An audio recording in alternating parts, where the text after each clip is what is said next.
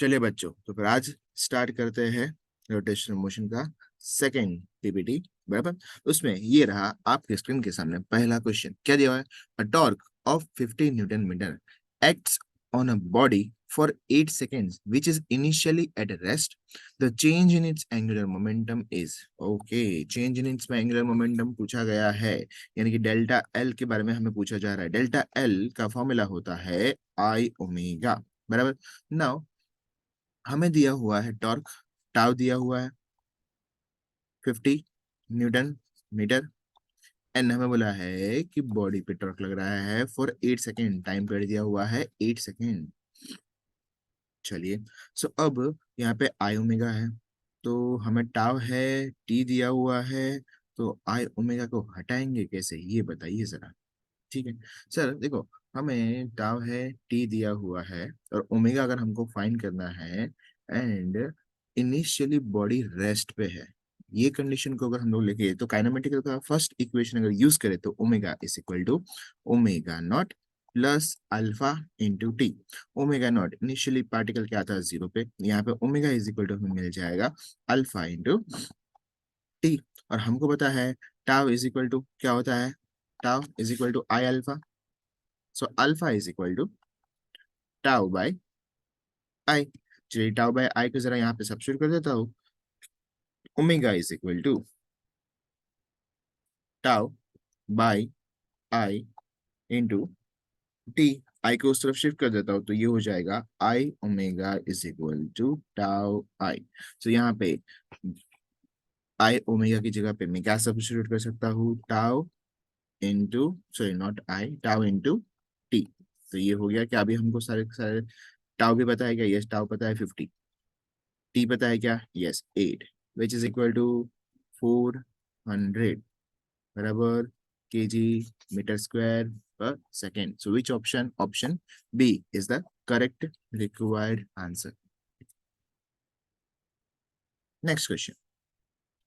From a disc of mass 4m and radius r, a circular r is cut whose rim passes through the center। चलिए, तो सबसे पहले इसका diagrammatic representation ready कर लेते हैं। वो लेट्स से ये सर्कल है, सर्कुलर रिंग है, इसका सेंटर ये रहा। बराबर। अब क्या कहा है कि रेडियस आर जितना डायमीटर का हमने एक पार्ट है जो निकाल लिया है, जो सर्कुलर फॉर्म में है, और उसका रिम जो है वो सेंटर से पास हो रहा है। तो मैं बोलूं कि जो निकाला हुआ पार्ट है वो कुछ ऐसा बन रहा है। बराबर। जिसका रेडियस कितना होगा, सर इसका रेडियस है ना, टोटल पूरा आर है तो ये होगा r/2, और पूरा जो सर्कल है उसका रेडियस तो हमको पता ही है, वो है आर। बराबर। बड़ा वाला है उसका मास लेट से m ले लेता हूँ, तो फिर जो छोटा वाला है उसका मास में कंसिडर करता हूँ स्मॉल m। बराबर। नाउ ये वाले पार्ट को हमने उसके अंदर से रिमूव कर दिया, फिर उन्होंने क्या पूछा है, the moment of inertia of remaining part of the disc about perpendicular axis passing through the centre is. मतलब कि ये वाला, अभी ऐसा स्ट्रेट, ऐसा मैं पेन अगर मैं यहाँ पे स्क्रीन पे रखता हूँ तो ऐसा जो एक्सिस मिलेगा, सो इसमें बोल सकते हैं the axis which passing through centre of mass and perpendicular to the plane, वहां पे हमें फाइंड करना है। बट ये पार्ट रिमूव करने के बाद तो कैसे करेंगे सर, वो जो छोटा वाला पार्ट है उसका moment of inertia about that axis find कर लो। बड़ा वाला पार्ट है जब उसको नहीं निकाला था तब मोमेंट ऑफ इनर्शिया फाइंड करो, और फिर बड़े वाले में से छोटे वाले को सब्ट्रैक्ट कर दो, जो मोमेंट ऑफ इनर्शिया आ गया वो हमारा फाइनल मोमेंट ऑफ इनर्शिया हो गया। करेक्ट। तो उसके लिए अब यहाँ पे हमें क्या करना पड़ेगा सर, उसके लिए हमें एक चीज को देखना पड़ेगा। अब ये एक ही तो रिंग है, एक ही मटेरियल है, उसके अंदर से अगर निकाला हुआ है तो मैं बोल सकता हूँ sigma is equal to mass per unit area, same रहेगा, कांस्टेंट रहेगा। सो ठीक है, तो अभी मास ये देखो, पहले वाला जो है बिग वाला उसको मैंने कैपिटल एम ले लिया, और छोटे वाले उसका एरिया हमने कैपिटल ए ले लिया। वैसे अगर मैं छोटे वाले की बात करता हूँ तो उसका मास मैंने स्मॉल एम कंसिडर किया है, और उसका एरिया में A2 ले लेता हूँ। एरिया की जगह पर अगर मैं डायरेक्ट सब्स्टिट्यूशन करूँ तो पहले वाले को भी जगह पर रखता हूँ area of a circle which is nothing pi capital R square, और A2 की जगह पे क्या आ जाएगा, छोटा वाला है तो pi small, sorry capital R/2 the whole square. Are square pi pi cancel, बचा क्या, m इज इक्वल टू, ये नीचे जो 1/2 है, 1/2 का स्क्वायर हो जाएगा 1/4 हो जाएगा, और 4 चला जाएगा ऊपर, डिनोमिनेटर का डिनोमिनेटर बन जाएगा न्यूमरेटर, तो ये बन जाएगा 4 × m, बराबर। ये इसको हम लोग ध्यान में रखते हैं। एक हमें मास का हमें कंडीशन मिल गया कि m जो है वो कितना है, स्मॉल m कितना है, 4, सॉरी, m/4, 4 गुना कम, बराबर। चलो, नाउ इनिशियली, लेट्स से ये वाला जो बड़ा वाला पार्ट है, इनिशियली, इनिशियल कंडीशन के अंदर जब मास को रिमूव नहीं किया गया था, तो उस टाइम पे जो मोमेंट ऑफ इनर्शिया था, उसको मैंने मोमेंट ऑफ इनर्शिया जैसे I1 कंसिडर करता हूँ। और ये जो है वो डिस्क है, डिस्क का moment of inertia about an axis passing through the centre of mass and perpendicular to the plane जो होता है mr² बाई 2, बराबर। अब छोटे वाले मास को रिमूव करने के बाद अब हमें क्या मोमेंट ऑफ इनर्शिया मिलेगा, तो वो हमें देखना है। तो सबसे पहले हम एक काम करते हैं, हमें वो तो डायरेक्ट नहीं पता है, बट पहले ये देखो, इस पॉइंट पे, इस पॉइंट पे मोमेंट ऑफ इनर्शिया फाइंड करें ऑफ द डिस्क, तो डिस्क का मोमेंट ऑफ इनर्शिया कितना आएगा, mr²/2। चलिए वो लिख देता हूँ पहले मैं। जैसे मैं उसको आईसी से कंसिडर करता हूँ, आईसी स्मॉल डिस्क के लिए बात करते हैं अभी हम लोग, तो यहाँ पे लिख देता हूँ स्मॉल डिस्क। आईसी हमें यहाँ पे मैं आईसी से डिनोट कर देता हूँ। आईसी इज इक्वल टू कितना मिलेगा, mr²/2। यहाँ पे r कितना है, r/2, the whole square by 2, which is nothing but mr², ऊपर से 2 का स्क्वायर 4 हो जाएगा, 4 नीचे आ जाएगा, 4 × 2 8 हो जाएगा, तो ये हो जाएगा mr²/8। ठीक है, ये तो हमें सर हमें यहाँ पे छोटे वाले डिस्क के सेंटर का मिला, हमें कहाँ पे चाहिए, यहाँ पे। तो क्या है, ये वाला एक्सिस और ये वाला एक्सिस बोथ आर पैरेलल है, यस सर पैरेलल है, तो मैं क्या यहाँ पे मोमेंट ऑफ इनर्शिया फाइंड कर सकता हूँ by using parallel axis theorem, yes sir. लगा दो PPA, by using PPA we can say that I naught, यहाँ पे मैं I naught ले लेता हूँ, सॉरी, हाँ यस I naught ले लेता हूँ, फॉर स्मॉल डिस्क की बात कर रहा हूँ। ठीक है, तो मैं बोल सकता हूँ I naught प्लस I1 मिलके हमें I मिलेगा, final moment of inertia of the disc when mass is remove, sorry minus minus not plus, minus. चले, सो I naught मुझे कितना मिलेगा, IC प्लस mh²। h क्या है सर, h है distance between to parallel axis, perpendicular distance between to parallel axis. तो यहाँ पे और यहाँ तक बीच में डिस्टेंस कितना है, r/2। तो चलिए यहाँ पे सब्स्टिट्यूट करते हैं, IC की जगह पे आ जाएगा mr²/8 plus m as it is, और h की जगह पे आ जाएगा r/2 the whole square, which is equal to, यहाँ पे mr² कॉमन बाहर आ जाएगा, अंदर बचेगा 1/8 प्लस 1/4। ये 1/4 को मैं ऊपर नीचे 2 से मल्टीप्लाई कर देता हूँ, तो 1/8 हो जाएगा, 2/8 हो जाएगा, 2 + 1 3 हो जाएगा, तो 3/8 आ जाएगा। तो मुझे I naught कितना मिलेगा, I naught मिलेगा 3/8, बराबर, 3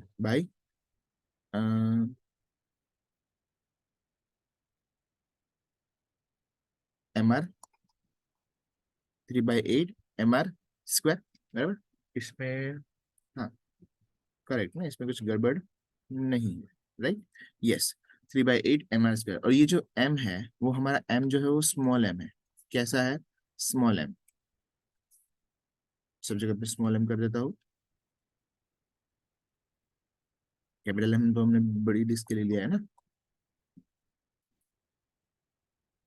उसकी वैल्यू भी मैंने सब्स्टिट्यूट करनी रहेगी।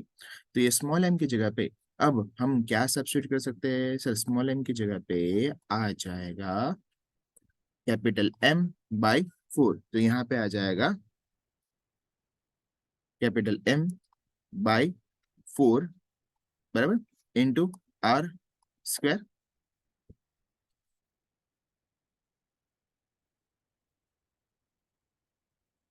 सो यहाँ पे आंसर हमें क्या मिलेगा, I naught is equal to 3mr² by 32।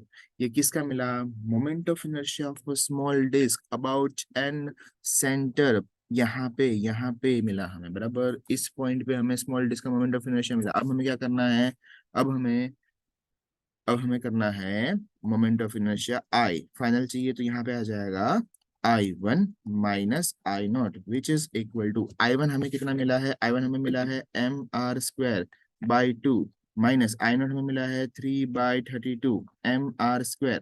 चलिए तो यहाँ पे 16 से मैं मल्टीप्लाई कर देता हूँ तो 16 ऊपर आ जाएगा, नीचे भी 16 तो 32 हो जाएगा, तो 16 minus 3 which is nothing but 13 mr² by 32। Which option is matching? Option A is the correct required answer. Let's move to the next question.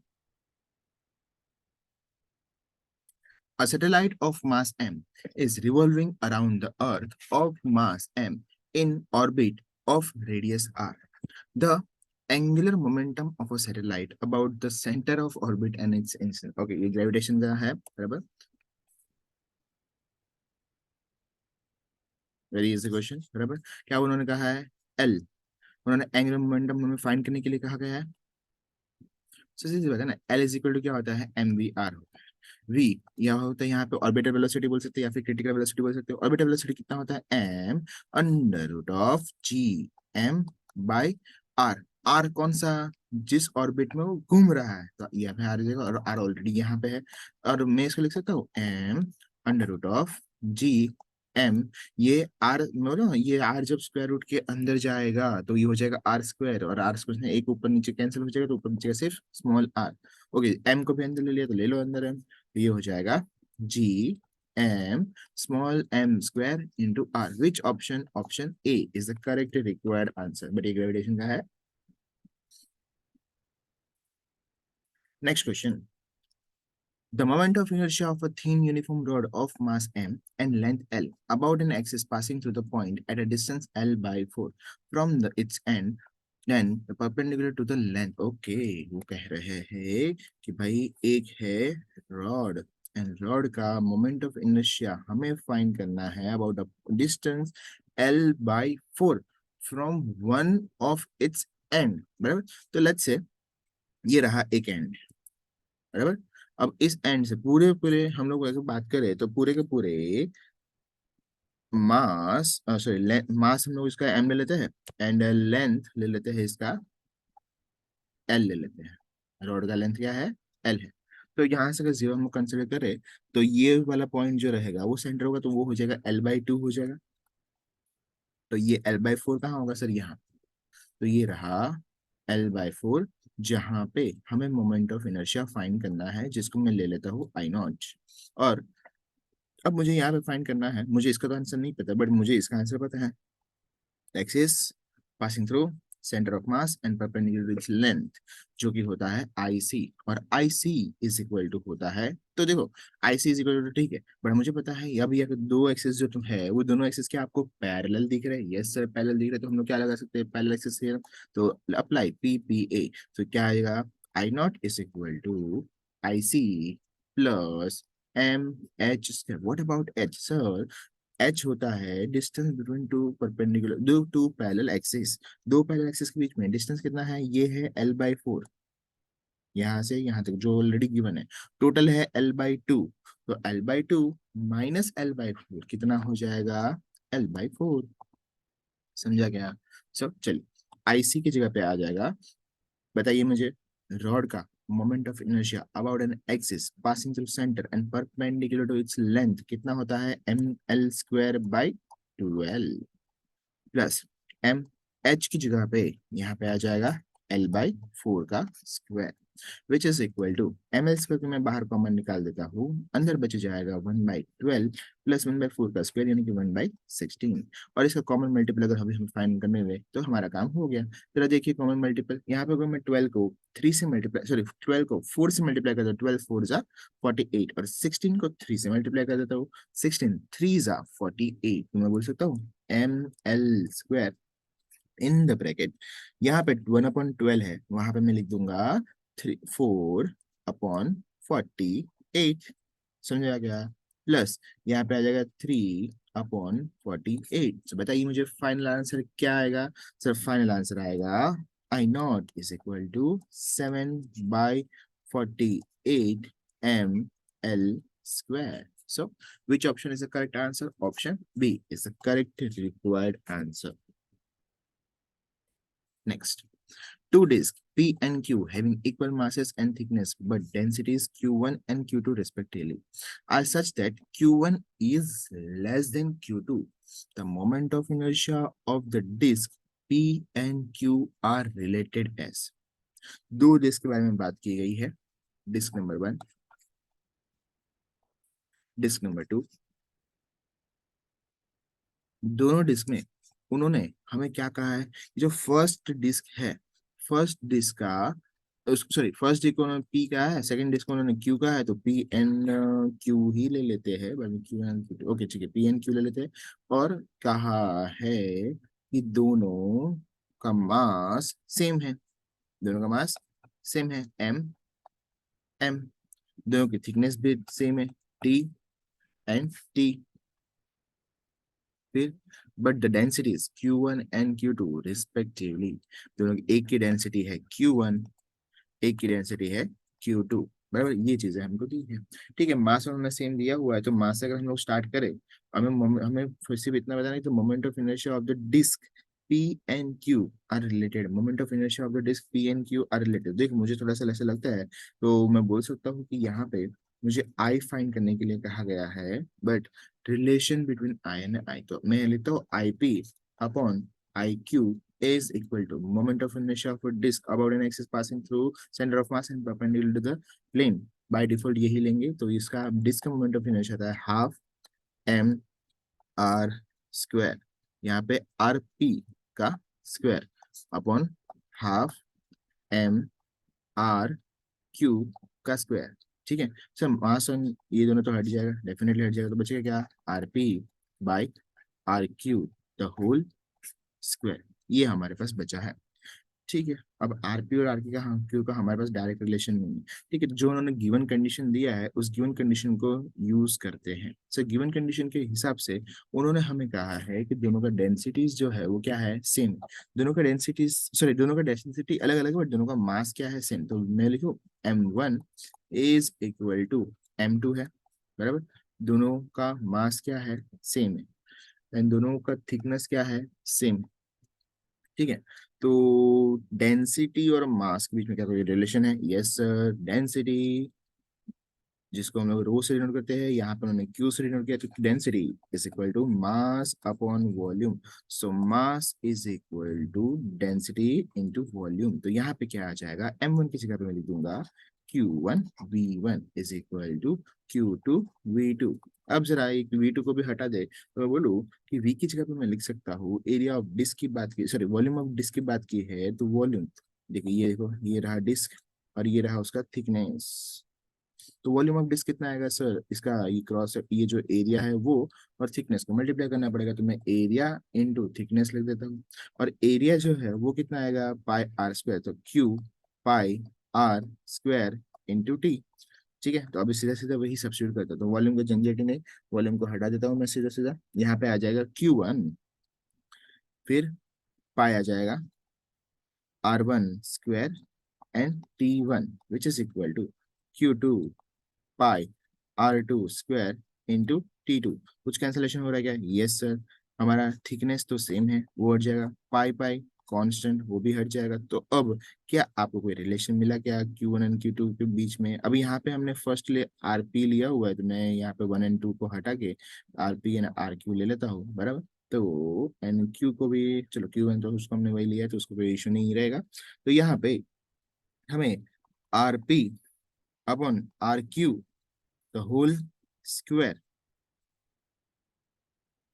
Is equal to क्या मिल रहा है, Q2 बाई Q1। सो अब सिंपली आपको सीधा सीधा पता चल रहा है कि बोथ आर इनवर्सली प्रोपोर्शनल। कैसे है, इनवर्सली प्रोपोर्शनल है। तो यहाँ पे मैं सीधा से आरपी की दोनों जगह पे सब्स्टिट्यूट कर सकता हूँ, तो IP upon IQ is equal to क्या आएगा, Q2 अपॉन Q1। सो कौन बड़ा है, हमें पता है सर Q1 जो है वो छोटा है Q2 से, Q1 Q2 से छोटा है, Q1 Q2 से छोटा है। तो यहाँ पे हमें क्या मिलेगा relation, IP is greater then IQ। देखिए डायरेक्ट, बराबर, ठीक है। और यहाँ पे देखो ऐसे भी, अभी यहाँ से जो हमें रिलेशन मिला है तो हम लोग ऐसे बोल सकते हैं जो मोमेंट ऑफ इनर्शिया है वो directly proportional to R square है, एंड जो आर स्क्वायर है वो इनवर्सली प्रोपोर्शनल टू डेंसिटी है। तो अगर डेंसिटी जिसका ज्यादा, उसका रेडियस कम, उसका मोमेंट ऑफ इनर्शिया कम। समझा? इसीलिए यहाँ पे हमें कहा गया था Q2 is greater then Q2 is greater than Q1. Therefore, R2 is less than R1. Therefore, I2 is less than I1. ये अगर आपको समझ में आता तो यहीं पे अपना काम खत्म हो जाएगा। ओके, चलिए let's move to, so option कौन सा रहेगा? I P is greater than I P, हाँ, option A is the correct required answer. Option check कर लेते हैं अपना। Yes, correct. चलिए नेक्स्ट क्वेश्चन की तरफ बढ़ते हैं। Next question. A hollow sphere rolls down from the top of an inclined plane. Its velocity on reaching the bottom of the plane is v1. Okay. Inclined plane से भाई hollow sphere क्या कर रहा है? नीचे आ रहा है। ठीक है। अब जब नीचे पहुंचता है तब उसका वेलोसिटी कितना है? v1। और ये जो v1 है वो कौन सा वेलोसिटी है? जब वो रोल कर रहा था, यानी कि रोलिंग, रोल रोल, बराबर। रोलिंग के लिए वेलोसिटी कितना मिला? v1। फिर क्या कहा है उन्होंने? when the same sphere slide down from the top of the plane, its velocity on the reaching the bottom is v2, बराबर। अब इसी स्फीयर को जब हम रोल की जगह पे स्लाइड करवा के नीचे लेके आ रहे हैं, या पे जब स्लाइड कर रहा है तो यहाँ पे उसका वेलोसिटी हमको मिल रहा है कितना? v2, बराबर। ठीक है, दो वेलोसिटी मिल गया। अब हमें क्या फाइंड करने के लिए कहा है वो भी देख लेते हैं। The ratio v2 by v1, I mean v2 is to v1 is v2 upon v2 is to v1 हमें फाइंड करने के लिए कहा गया है। ठीक है सर। तो एक मोशन है वो रोलिंग मोशन हो रहा है, एंड दूसरा मोशन है जो सिर्फ स्लाइडिंग हो रहा है। तो हमें स्लाइडिंग का तो वेरी इजी ना, वेरी स्लाइडिंग का तो सर हमको पता है कैसे करने का है। ये देखो सर, पहले दो ब्लॉक बना देता हूँ मैं, बराबर। एक में हम लोग स्लाइडिंग का लिखेंगे एंड दूसरे के अंदर रोलिंग का लिखेंगे। रोलिंग का जो वेलोसिटी होता है वो होता है v। Roll is equals to under root of 2gh by 1 plus k by r the whole square. And sliding जो होता है वो होता है, ओके, यहाँ पे रोलिंग का वेलोसिटी उन्होंने v1 दिया है, स्लाइडिंग का वेलोसिटी v2 दिया है, which is nothing but under root of 2gh, बराबर। तो ये दो वेलोसिटी हमको पता है ना, इन दोनों को v1 अपन v2 में फाइंड करना है। तो सीधा सी बात है, सब्स्टिट्यूट करेंगे तो क्या आंसर मिलता है चेक करते हैं। तो सबसे पहले k बाय आर हमको यहाँ से निकालना पड़ेगा। k बाय आर कैसे निकालेंगे? क्योंकि दोनों का जब रेशियो लेंगे तो 2g ये 2gh तो कैंसिल हो जाएगा, बचेगा सिर्फ k by R. k by are for a solid, कौन सा? हॉलो स्फीयर है। तो हॉलो स्फीयर के लिए मैं बोल सकता हूँ moment of inertia I is equal to, moment of inertia होता है उसका कितना होता है? 2/3 mr स्क्वायर। आई की जगह मैं लिख सकता हूँ m k square, which is equal to 2/3 mr square. m and m cancel, k/r the whole square which is nothing but 2/3। तो इसको कैसे याद रखने का? सिंपल, हमने शॉर्टकट याद किया है इसका। याद कैसे रखने का? प्रीफिक्स, जब भी k/r the whole square find किया जाए तो उस बॉडी का मोमेंट ऑफ इनर्शिया का प्रीफिक्स याद रखने का। इसका प्रीफिक्स क्या है? 2/3। तो k/r की जगह पे क्या आ जाएगा? 2/3। चले तो फिर इसका मैं सीधा सीधा रेशियो ले लेता हूँ, बराबर। तो अगर मैं रेशियो लेता हूँ तो कौन से टर्म कैंसिल हो जाएंगे? जरा देखिए यहाँ पे, ये वाला टर्म, ये वाला टर्म कैंसिल। तो v1 upon v2 is equal to कितना मिलेगा हमको? सॉरी, हमको v2 अपॉन v1 चाहिए, तो यहाँ पे v2 upon v1 which is equal to हमें कितना मिलेगा? v1, v2 में कुछ बचा नहीं, 1 बचा। 1 अपॉन 1 प्लस k/r की जगह पे आ जाएगा 2/3। ये क्रॉस मल्टीप्लाई होगा तो ये मिल जाएगा 1 अपॉन अंडर रूट ऑफ देखो 1/√, है तो वो तो चला जाएगा, न्यूमरेटर में चला जाएगा, बराबर, तो मैं उसको डायरेक्ट न्यूमरेटर में लिख देता हूँ, बट वो अंडर रूट में ही रहेगा। सो ये क्या आ जाएगा, 1 + 2/3 है, 3 को क्रॉस मल्टीप्लाई करो तो 3 हो जाएगा, 3 + 2 हो जाएगा 5, 5/3 बचेगा, बराबर। Which option, option C is the correct required answer. Next question. A particle performing uniform circular motion has angular momentum L if its angular frequency is double and kinetic energy is half, then the angular momentum becomes, ठीक है, दो चीजें उन्होंने condition दी है, तो उन्होंने क्या कहा है, लेट्स से एक पार्टिकल है, लेट्स से पार्टिकल 1 लेता हूँ, ये ले लेता हूँ पार्टिकल 2। पार्टिकल 1 के लिए उन्होंने कंडीशन दी गई है कि उसकी एंगुलर मोमेंटम है एल, उसकी फ्रीक्वेंसी, और जो सेकंड पार्टिकल है उसकी उन्होंने एंगुलर फ्रीक्वेंसी के बारे में बात किया है, तो लेट्स से उसकी एंगुलर फ्रीक्वेंसी जो है वो एन डैश है, और उन्होंने क्या कहा है, और जो पहले वाला पार्टिकल लेट्स से उसकी एन है, पहले वाले पार्टिकल की काइनेटिक एनर्जी को मैं ई से रिप्रेजेंट कर देता हूँ, लेट्स से E1 रिप्रेजेंट करता हूँ। अब उन्होंने क्या कहा है, जरा क्वेश्चन को ध्यान से देखिए, if it's angular frequency is double, यानी कि अब जो दूसरा पार्टिकल है उसका एंगुलर फ्रीक्वेंसी कितना हो जाए, 2 times the first particle, and the kinetic energy is half, kinetic energy कितना हो रहा है, हाफ, तो E2 is equal to E1/2, then find the angular momentum, तो L, यहाँ पे 1, यहाँ पे N1 और N2 भी ऐसे ही ले लेते हैं, 1 and 2 भी ले लेते हैं, तो यहाँ पे L2 हमें फाइंड करने के लिए कहा गया है। वेरी इजी इजी सम। सर, काइनेटिक एनर्जी होता है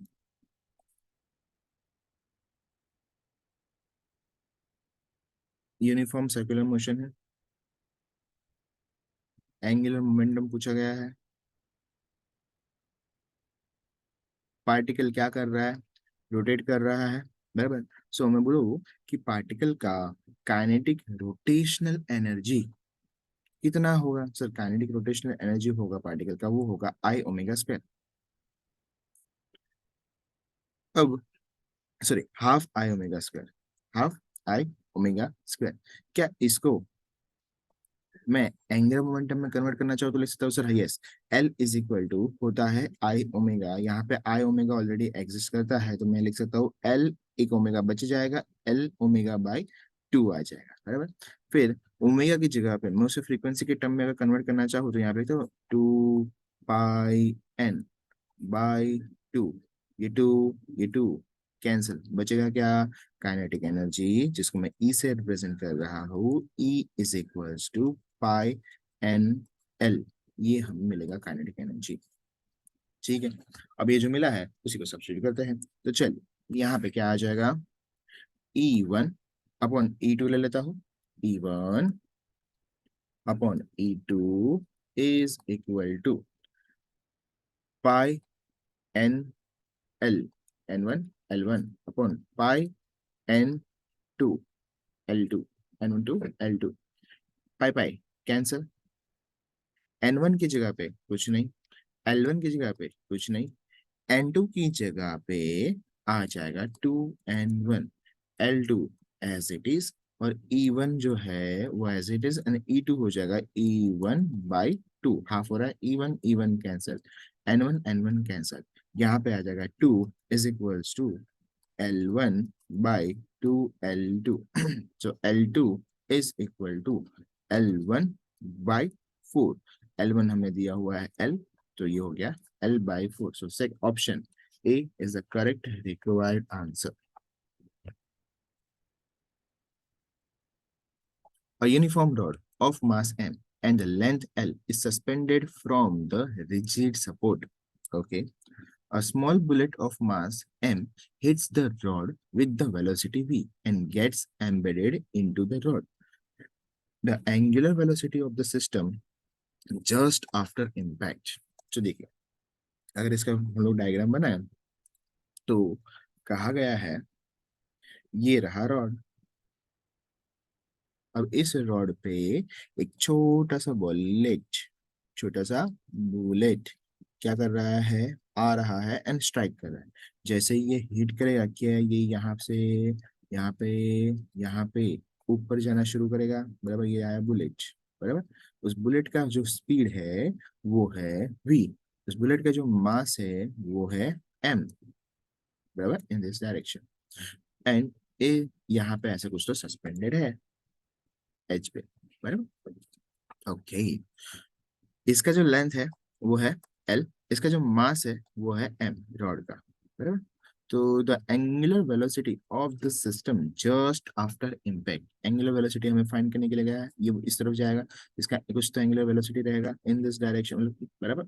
सो और इसका मोमेंट ऑफ इनर्शिया किधर तो हमको मिलेगा सर, यहाँ पे मिलेगा, इस पॉइंट पे हमको उसका मोमेंट ऑफ इनर्शिया मिलेगा, उस पॉइंट के अक्रॉस वो क्या करेगा, पार्टिकल रोटेट करेगा लाइक दिस, बराबर। चलिए, सो सिंपल सी बात, क्या करने का सर, उसका हमें मोमेंट ऑफ इनर्शिया हम फाइंड कर लेते हैं, मोमेंट ऑफ इनर्शिया को L is equal to I omega है, वहां पे सब्स्टिट्यूट कर देते हैं तो हमको हमारा आंसर मिल जाएगा। बिल्कुल, स्टार्ट करते हैं वैसे ही। Hmm so L is equal to क्या होता है, I omega, L is equal to I omega होता है, एल की जगह पे मैं सब्स्टिट्यूट कर सकता हूँ एम वी आर, बराबर।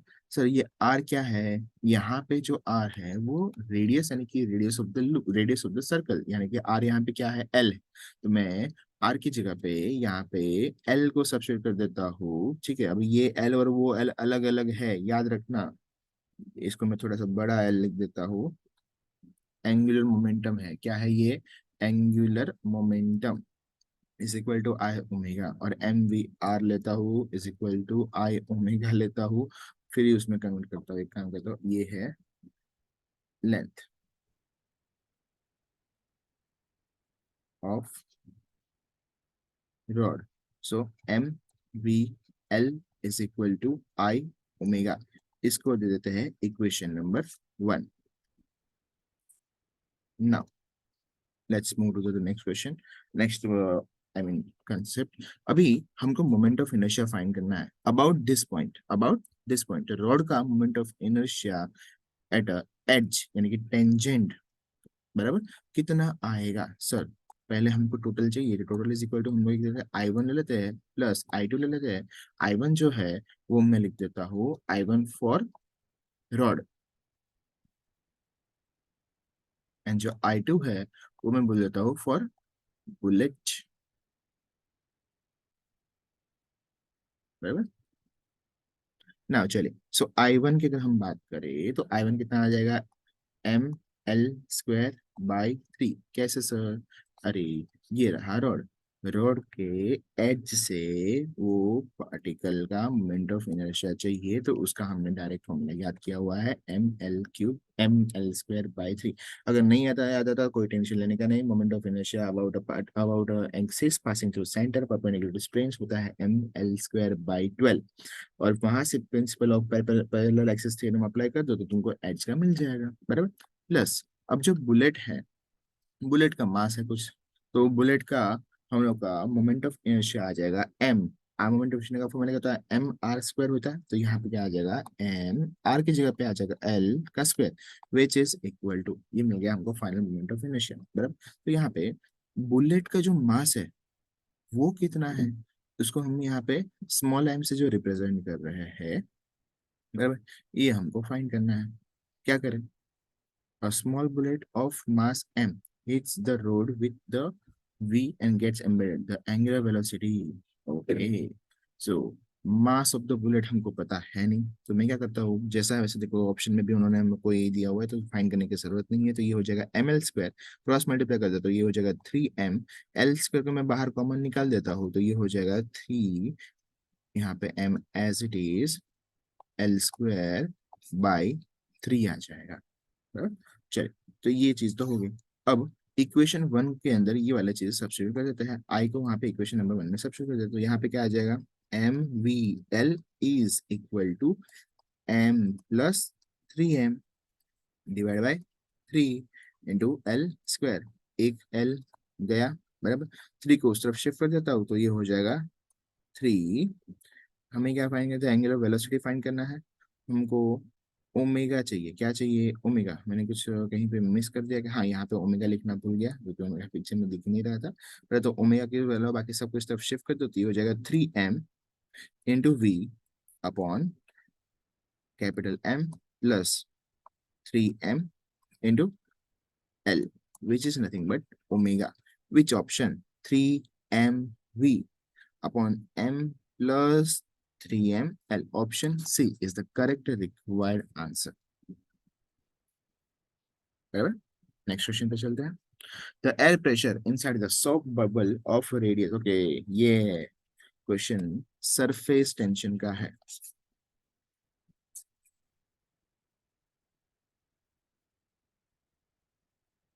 Next question. नेक्स्ट क्वेश्चन हमें दिया हुआ है. The solid sphere is rolling on a frictionless surface with a translational energy velocity v. It climbs the inclined plane from A to B and then moves away from B. B से दूर जा रहा है on the smooth horizontal surface. बराबर. तो हमें पूछा है कि जो उसका वेलोसिटी होगा वो वेलोसिटी कितना होगा. तो देखो हम एक काम, ये स्मूथ सरफेस पे रोल कर रहा है यानी कि नो लॉस ऑफ एनर्जी हो रहा है. बराबर.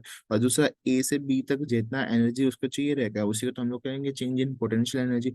और जो पोटेंशियल एनर्जी होगा वो किसके बराबर होना चाहिए. अगर पॉइंट बी तक उसको पहुंचना है तो उसका जो वेलोसिटी होगा वो पार्टिकल के काइनेटिक एनर्जी के जितना होगा. Kinetic energy of rolling.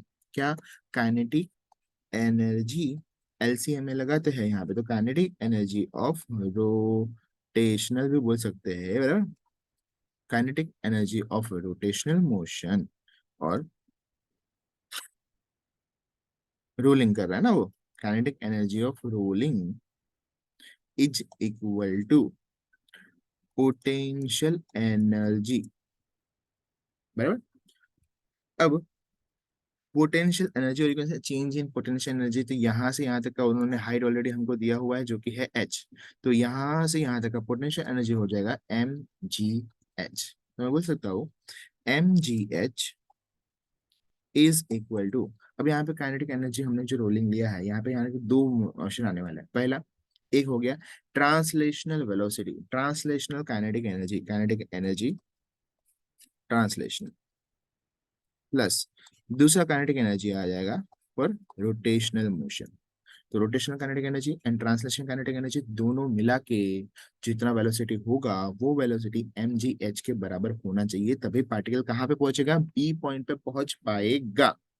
बराबर. सो काइनेटिक, और जो इतना याद रखना बी पॉइंट पे पहुंच पाएगा, बट उन्होंने हमें क्या पूछा, then moves away from the B on the smooth horizontal surface. यानी कि जितना वेलोसिटी मिलेगा उससे ज्यादा होना चाहिए, एटलीस्ट वो होगा तो बी तक पहुंच पाएगा. तो ट्रांसलेशनल काइनेटिक एनर्जी कितना होता है, वो होता है sir half M V square. बराबर. Let's say mass of the sphere is m plus kinetic energy rotational का फॉर्मूला होता है half I omega square is equal to mgh. I is nothing but कौन सा स्फीयर दिया हुआ है, solid sphere. Moment of inertia of solid sphere along its diameter होता है 2/5 m r स्क्वायर. यहाँ पे m हमने स्मॉल लिया है. बराबर. तो यहाँ पे आ जाएगा, हाफ को बाहर ले लेता हूँ, m चलो जाना दो जैसा है वैसे रहने देता है फिलहाल के लिए. तो यहाँ पे आ जाएगा half in the bracket 2/5 m r square omega की जगह पे. अब ये स्मूथ सरफेस है, प्योर रोलिंग का केस हो गया. प्योर रोलिंग में, प्योर रोलिंग मोशन में हम कहते हैं v is equals to R omega. So omega की जगह पे मैं v बाय आर सब्स्टिट्यूट कर सकता हूँ. तो यहाँ पे ओमेगा की जगह पे आ जाएगा v by R the whole square which is equal to M G H. क्या कुछ कैंसलेशन हो रहा है? Yes sir. देखिए m गया, m गया, m गया. यहाँ पे आर स्क्वायर कैंसल, बचा क्या, उसको लिख देते हैं. देखो अब यहाँ पे हमारे पास हमें फाइंड करना है वेलोसिटी. वेलोसिटी की टर्म को बाहर कॉमन निकाल देते हैं और बाकी जो बचता है उसको यहाँ पे लिख देते हैं. यहाँ पे देखिए पहले क्या हो जाए, हाफ वी स्क्वायर प्लस 2/10. तो 2 भी कैंसिल हो रहा है ना, ये 2 और ये 2 कैंसिल हो गया तो 1/5 बचा है, यानी कि वी स्क्वायर बाई 5 बच रहा है. Is equal to g into H. तो वी स्क्वायर को अगर बाहर कॉमन निकाल दिया जाए, अदरवाइज डायरेक्ट सीधा सा हम लोग कर देते हैं, क्रॉस मल्टीप्लाई कर देते हैं, तो 5 + 2 7 हो जाएगा। तो 7/10 V square is equal to G H आ जाएगा। तो V is equal to, I mean V square is equal to 10 GH/7 हो जाएगा। और टेकिंग स्क्वायर रूट अगर मैं लेता हूँ दोनों तरफ, तो ये हो जाएगा √10 GH/7। ये जो वेलोसिटी मिला है वो वेलोसिटी यहाँ पे स्पीयर को पहुंचने के लिए होना चाहिए, पॉइंट बी तक उतनी हाइट कवर करने के लिए उतना होना चाहिए। But then it moves away from the B on the smooth surface, मतलब कि वो यहाँ तक रुक नहीं रहा है, वो यहाँ से आगे जा रहा है।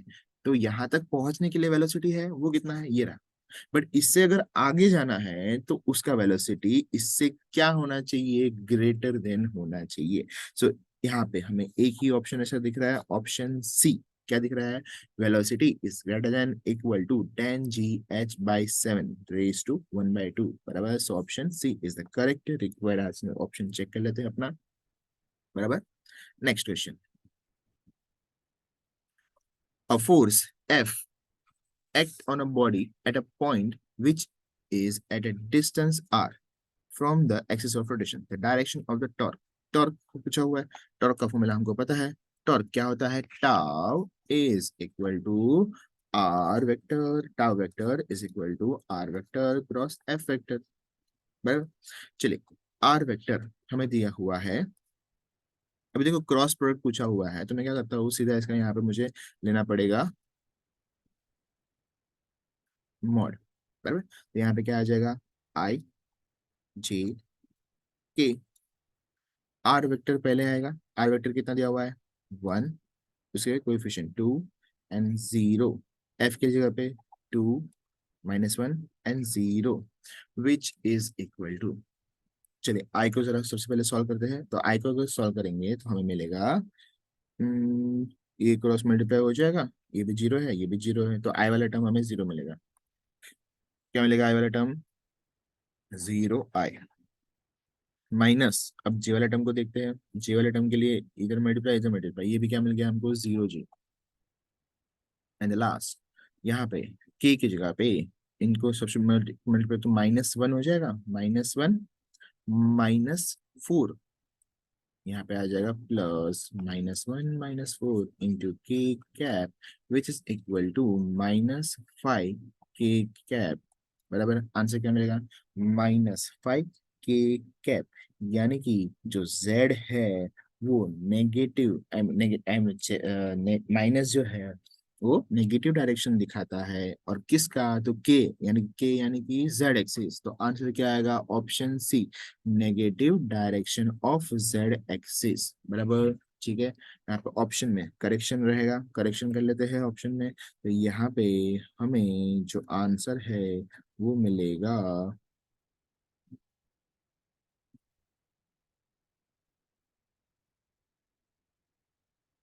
बराबर। हमारा आंसर क्या रहेगा, option B. Next question, oh sorry, not option B, option C. चलिए नेक्स्ट क्वेश्चन, नेक्स्ट क्वेश्चन दिया हुआ है, 3 point mass each of mass m are placed at the corners of an equilateral triangle of side A। The moment of inertia of this system about an axis passing through one side of a triangle। Very easy question. ये देखिए, ये बना दिया एक मास, ये बना दिया दूसरा मास, और ये बन गया आपका तीसरा मास,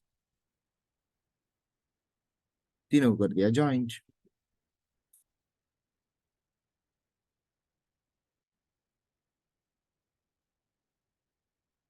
ये बन गया इक्विलेटरल ट्रायंगल। अब हर एक मास का एम एम एम, बराबर। उन्होंने क्या पूछा है कि हमको मोमेंट ऑफ इनर्शिया फाइंड करना है, बट कहाँ पे, कोई भी एक साइड के थ्रू। तो ये लेट्स से मैं मोमेंट ऑफ इनर्शिया इस साइड के थ्रू फाइंड करता हूँ, इन दोनों मास को मैंने कनेक्ट किया, और यहाँ पे मैं मोमेंट ऑफ इनर्शिया अगर फाइंड करूँ तो कितना आएगा, आई, ये हमें ढूंढना है।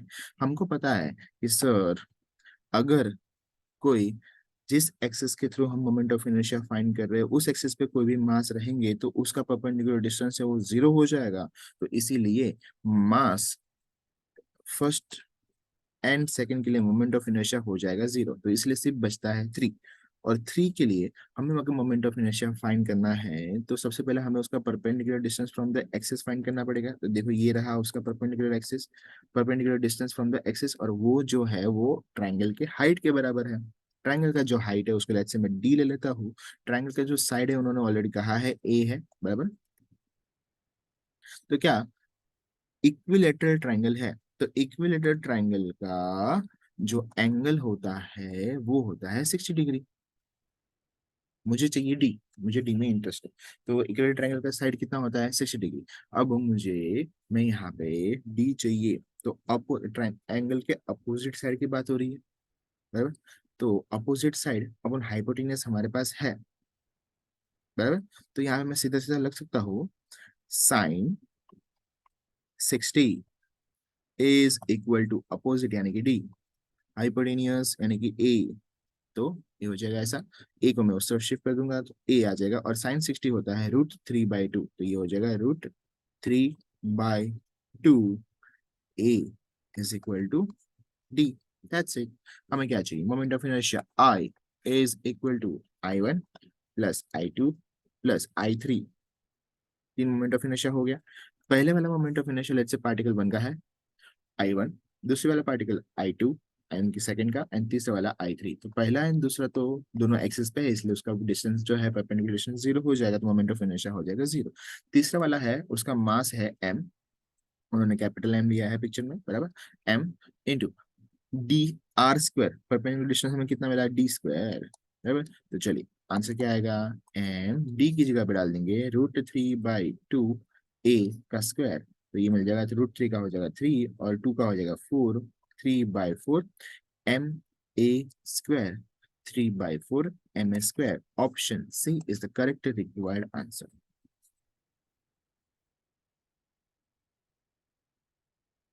A solid sphere has mass m and a radius r.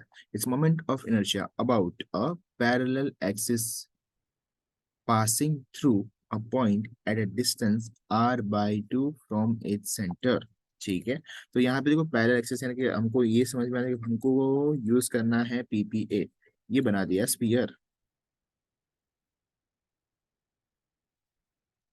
ये बन गया स्पीयर, सर्कल नहीं है स्पीयर है, बराबर।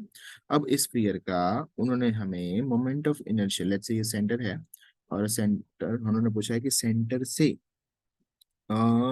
Distance from its centre r/2, distance from its centre, यहाँ से जो इसका रेडियस है टोटल r, उसके हाफ पे यहाँ पे हमें मोमेंट ऑफ इनर्शिया फाइंड करना है ऑफ अ पार्टिकल। तो लेट्स से मैं इसको ले लेता हूँ I0, और मुझे पता है कि सेंटर से जब एक्सिस पास होता है यानी कि हम लोग बोल सकते हैं along the diameter, moment of inertia होता है वो आईसी जो होता है वो हमें पता है। तो principle of parallel axis theorem अगर हम लोग अप्लाई कर देते हैं तो यहाँ पे हमें क्या मिल जाएगा, I naught is equal to I0 पे हमें चाहिए, बराबर, आईसी हमको पता है plus MH²। What about H, देखिए जरा पिक्चर को अच्छे से देखिए, यहाँ से यहाँ तक का डिस्टेंस कितना है, उन्होंने ऑलरेडी कहा कि ये कितना है r/2 के जितना, टोटल रेडियस कितना है r है, और ये डिस्टेंस कितना है r/2, तो h की जगह पे क्या आ जाएगा r/2। तो यहाँ पे IC की जगह पे moment of inertia of solid sphere about and its diameter क्या आएगा 2/5 mr² प्लस m, h की जगह पे आ जाएगा r/2 द होल स्क्वायर, तो हमें मिल जाएगा 2/5 mr² प्लस 2 बाई r/2 है ना, तो वो हो जाएगा 1/4 mr²। जब क्रॉस मल्टीप्लाई करेंगे तो 4 2 8 हो जाएगा, और 8 + 5 यहाँ पे हो जाएगा 13, and 5 4 20 mr²। So moment of inertia about an axis passing through a point which is at a distance of r/2 from the center is 13/20 mr²। Option C is the correct required answer. Next, two disks A and B of equal mass and thickness have densities 6,800 kg per meter cube and 85 kg metre cube. Okay, यहाँ पे densities का जो changes है वो इतना changes नहीं आएगा। यहाँ पे आपको थोड़ा सा चेंजेस करना रहेगा। ये जो है वो आ जाएगा आपको 8500, बराबर 8500 जाएगा। बराबर, चलिए डिस्क वन की बात करते हैं। आई मीन डिस्क ए की, नॉट वन की, बराबर। Disc A and disc B, क्या क्या उन्होंने दिया हुआ है जरा चेक कर लेते हैं फटाफट। पहले डिस्क ए, इक्वल मास, दोनों का मास क्या है, सेम है, बराबर। तो यहाँ पे मैं हम लोग को स्टार्ट भी हम यहीं से लेंगे। m1 is equal to m2। इसको मैं 1 ले लेता हूँ, इसको मैं 2 ले लेता हूँ, बराबर। नेक्स्ट, थिकनेस भी सेम है, तो T1 एंड T2 भी सेम है।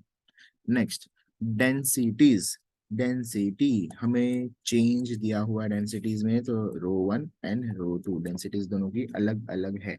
The ratio of the moment of inertia हमें फाइंड करना है, मोमेंट ऑफ इनर्शिया के बीच में रेशियो फाइंड करना है। सो जरा देखिए अच्छे से सोच समझ के बताइए।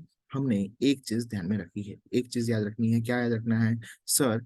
अगर मोमेंट ऐसी डेंसिटीज के बारे में बात की गई, तो मोमेंट ऑफ इनर्शिया जो होता है, और you can say moment of inertia is directly proportional to, होता है रेडियस का square. Moment of inertia directly proportional to radius का स्क्वायर होता है। And it is inversely proportional to, R square is inversely proportional to densities. ये relation याद कर लीजिए। क्या है? Moment of inertia is directly proportional to body का रेडियस, स्पीयर हो, डिस्क हो, रिंग हो, याद रख लो ये चीज। Moment of inertia is directly proportional to radius का square and inversely proportional to density. अगर आपको नहीं समझ में आ रहा है तो m1 is equal to m2 में इसका m की जगह पे आप रो इंटू वी सब्स्टिट्यूट करेंगे, v की जगह पे एरिया इंटू थिकनेस सब्स्टिट्यूट करेंगे, a की जगह पे पाई आर स्क्वायर सब्स्टिट्यूट करेंगे, बाकी सब कैंसिल हो जाएगा और लास्ट में आपको रिलेशन मिलेगा r1 upon r2 the whole square which is equal to density of second particle upon density of first particle, जिसको मैंने यहाँ पे डायरेक्ट लिखा हुआ है। ये आपको अपने खोपड़ी में बिठा लेना है। तो इसीलिए मोमेंट ऑफ इनर्शिया आई, हमें तो रेशियो ही फाइंड करने के लिए कहा है ना। So I is directly inversely proportional to 1 upon density है, so I1, I A upon I B is equal to rho B upon rho A आ जाएगा। रो बी कितना दिया हुआ है? 8500। रो ए कितना दिया हुआ है? 6800। 0 0 0 0 कैंसल, 85 एंड 68 है। 85 कौन सा टेबल में आता है? 17, बराबर। यस, 17 के टेबल में आता है। 17 फाइजा एंड ये हो जाएगा 17 फोरजा। 17 17 cancel, answer is 5/4। So option B is the correct required answer. देखिए, अगर आपको पता है I is direct proportional to R square, हर एक फॉर्मूला में हमको पता है ना, moment of inertia is direct proportional to R square, क्योंकि आई इज इक्वल टू क्या होता है? M are square, perpendicular distance का square. And radius is always inversely proportional to density in our case. ठीक है, तो डायरेक्ट याद रखने का, I is direct proportional to R square and it is inverse proportional to 1, inverse proportional to density. तो तुम्हारा answer एक ही फटाफट आ जाएगा, फटाक से कंप्लीट। अदरवाइज इसको वापस पूरा सॉल्व करके फिर सब्स्टिट्यूट करने से अच्छा है। ठीक है, चलिए, तो option B is the correct required answer. Next, next हमें दिया हुआ है a circular disc S x of a radius r made up of iron plate of thickness t has moment of inertia Ix about an axis passing through the center of a disk and perpendicular to its plane. Another disk Y of radius 3r made from an iron plate, दोनों का density same है यहाँ पे, thickness t/3 has moment of inertia Iy about the axis same that the disk x. The relation between Ix and Iy का हमें relation पूछा गया है। अब देखो, दोनों के बीच में रिलेशन पूछा गया है और डेंसिटी उन्होंने सेम कहा है, तो अभी हम क्या करते हैं, डेंसिटी को रिलेशन को आगे बढ़ाते हैं, क्योंकि देखो I X upon I Y ये हमें फाइंड करना है।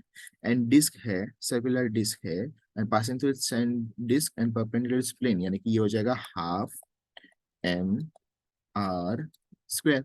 बट ये m1 आएगा क्योंकि डेंसिटी सेम है बट थिकनेस अलग अलग है, तो डेफिनेटली मास क्या होगा, अलग अलग होगा।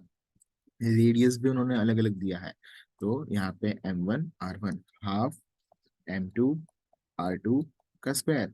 हाफ हाफ तो कैंसिल हो जाएगा, बचेगा m1। m1 की जगह पे आप यहाँ पे क्या सब्स्टिट्यूट करेंगे ये आपको ढूंढना है। m2 की जगह पे वो भी सब्स्टिट्यूट करना है। r और r का रिलेशन हमको पता है, तो r का रिलेशन तो ढूंढ लेते हैं। तो उसके पहले चलिए, तो मास को अभी हमें देखना है कि मास क्या होगा। तो हम लोग क्या करते हैं, डेंसिटी उन्होंने सेम बोला है, ρ1 इज इक्वल टू ρ2, बराबर। दोनों किससे बने हुए हैं, आयरन से ही बने हुए हैं, आयरन प्लेट से ही बने हुए हैं। चलिए, तो डेंसिटी क्या होता है, density is equal to mass upon volume. Mass of the particle हमको ढूंढना है। वॉल्यूम के बारे में क्या जानते हो आप सर? वॉल्यूम की जगह पे मैं लिख सकता हूँ एरिया इनटू थिकनेस, क्योंकि अगर ये डिस्क है, लेट्स से ये डिस्क है, तो ये हो गया इसका एरिया। बट ये पतला होता तो सीधा एरिया ही वॉल्यूम बन जाता, बट ये है थोड़ा सा जाड़ा, ये रहा थिकनेस उसका, तो इसका वॉल्यूम आएगा एरिया इनटू ये वाला जो थिकनेस है वो area into thickness which is nothing but volume. समझ में आया क्या? ठीक है। फिर एरिया की जगह पे हम सब्स्टिट्यूट कर सकते हैं पाई आर स्क्वायर इंटू टी। चलिए सब्स्टिट्यूट करते हैं, तो ρ1 की जगह पे आ जाएगा m1 अपॉन पाई r1 का square into t1 is equal to m2 upon pi r2 का स्क्वायर इंटू t2। मास हमें नहीं पता, m1 को रहने दो ऐसे ही, m2 को रहने दो ऐसे ही, पाई पाई कैंसिल हो गया। रेडियस के बारे में हमें इंफॉर्मेशन दी है कि पहला जो डिस्क है, एक्स डिस्क है, उसका रेडियस है आर, तो यहाँ पे आ जाएगा आर का स्क्वायर। एंड उसका जो थिकनेस है वो है टी, तो ये हो जाएगा टी का स्क्वायर अपॉन जो दूसरा डिस्क है उसका जो रेडियस है वो है 3r, तो यहाँ पे आ जाएगा 3r का स्क्वायर। एंड उसका जो थिकनेस है वो दिया हुआ है t/3, तो यहाँ पे आ जाएगा t/3।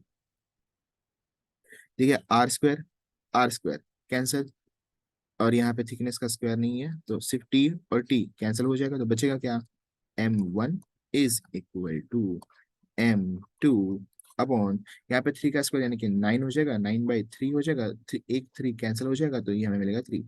So m1 is equal to m2 by, okay, m2/3 मिल रहा है। चलो, मास का रिलेशन हमको मिल गया। अब यही यहाँ पे हम लोग सब्स्टिट्यूट कर देते फॉर्मूला में, ये हाफ एंड ये हाफ कैंसिल हो जाएगा, बराबर, which is equal to m1 की जगह पे m2/3 सब्स्टिट्यूट कर देते हैं, एंड r1 की जगह पे r आ जाएगा upon mass of the second disc को एज इट इज रहने देते हैं। r2 की जगह पे हम लोग सब्स्टिट्यूट कर देंगे 3r का square, r square cancel, m2 cancel, बचा क्या, 1/3 अपॉन 1/3 का स्क्वायर यानी कि 9, विच इज नथिंग बट 1/27। और ये हमें मिला IX अपॉन IY।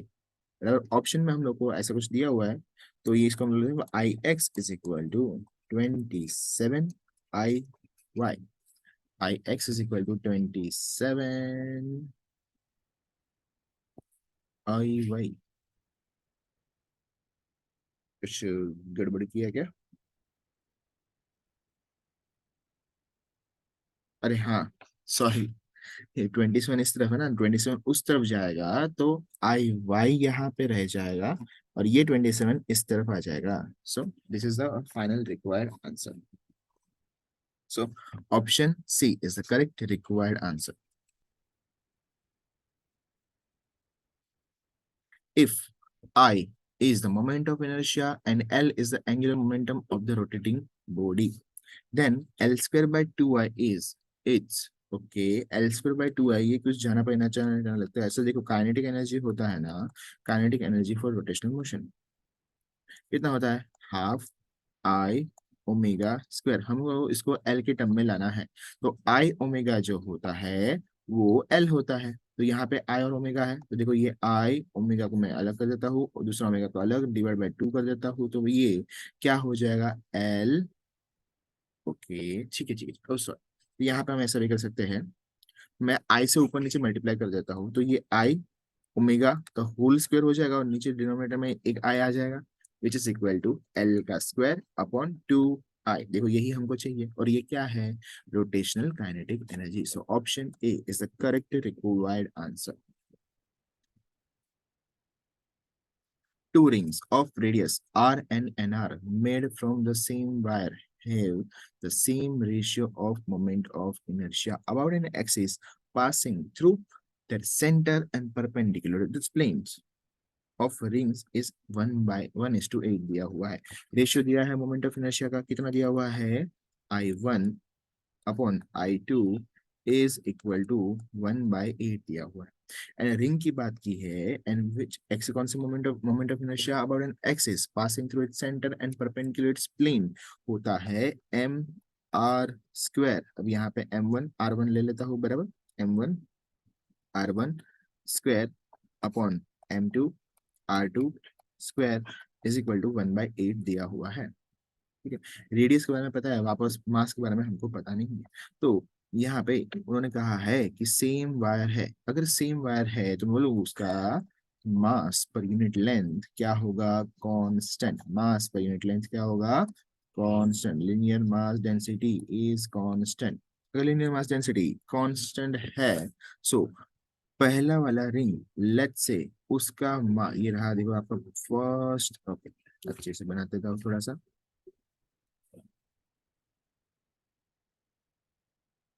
ये रहा फर्स्ट रिंग, ये रहा सेकेंड रिंग। पहले रिंग का मास कैपिटल एम है, दूसरे रिंग का मास M1 M2 रखते हैं, कैपिटल एम स्मॉल एम नहीं रखते, M2। ये मोमेंट ऑफ इनर्शिया है जिसको मैं I1 ले लेता हूँ, यहाँ पे जो मोमेंट ऑफ इनर्शिया है इसको मैं I2 ले लेता हूँ। पहले वाला है उसका जो रेडियस है वो कितना है, R के बराबर। दूसरा वाला जो है उसका रेडियस कितना है, NR के बराबर। ये हमें चेंजेस दिया हुआ है, बराबर। चलिए, तो यहाँ पे सब्स्टिट्यूट करेंगे तो हमें क्या मिलेगा, मास की जगह पे हम सब्स्टिट्यूट कर सकते हैं M1 लेंथ। पहले वाले का लेंथ कितना होगा, एक वायर से बना हुआ है और उस वायर का लेंथ लेट से मैं L1 लेता हूँ, और ये जो लेंथ है वायर का वो सरकमफेरेंस ऑफ द सर्कल के बराबर होगा, तो इसलिए कितना हो जाएगा 2πr। और L2 कितना हो जाएगा 2πnr हो जाएगा, बराबर। तो यहाँ पे L1 is equal to M2/L2 आ जाएगा। सो M1/L1 की जगह पे आ जाएगा 2πr, M2/L2 की जगह पे आ जाएगा 2πnr, बराबर। यहाँ पे 2π cancel, so M1 and R भी कैंसिल हो जाएगा, तो यहाँ पे मैं लिख सकता हूँ M1 is equal to M2/n हो जाएगा। चलिए, तो यहाँ पे अभी सब्स्टिट्यूशन करते हैं, तो ये हो जाएगा M1 की जगह पे M2/n, R1 की जगह पे R का स्क्वायर अपॉन, ठीक है अच्छे से लिखते हैं, M2/n upon M2 as it is, R2 की जगह पे NR the whole square which is equal to 1/8, R square M2 cancel, 1/n² already नीचे है, n आएगा तो ये हो जाएगा n³ इज इक्वल टू 1/8। तो फिर हमें क्या मिलेगा, इसको अगर रेसिप्रोकल करता हूँ तो n³ इज इक्वल टू 8 मिल जाएगा, और 8 का taking cube root on both side, तो n इज इक्वल टू हमें मिल जाएगा 2। Option D is the correct required answer.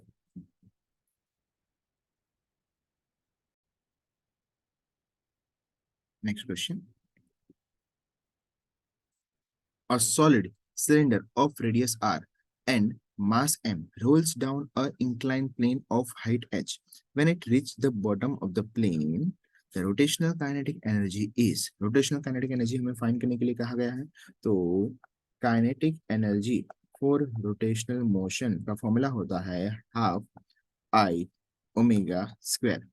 अब हमें पता है आई फॉर सॉलिड सिलेंडर यानी कि सॉलिड डिस्क बात कर रहे हैं, सिलेंडर यानी कि सॉलिड डिस्क, डिस्क का moment of inertia about an axis passing through centre and perpendicular its plane होता है mr² by 2 into omega square. Omega की जगह पे अब देखो ये प्योर रोलिंग का केस है, बराबर।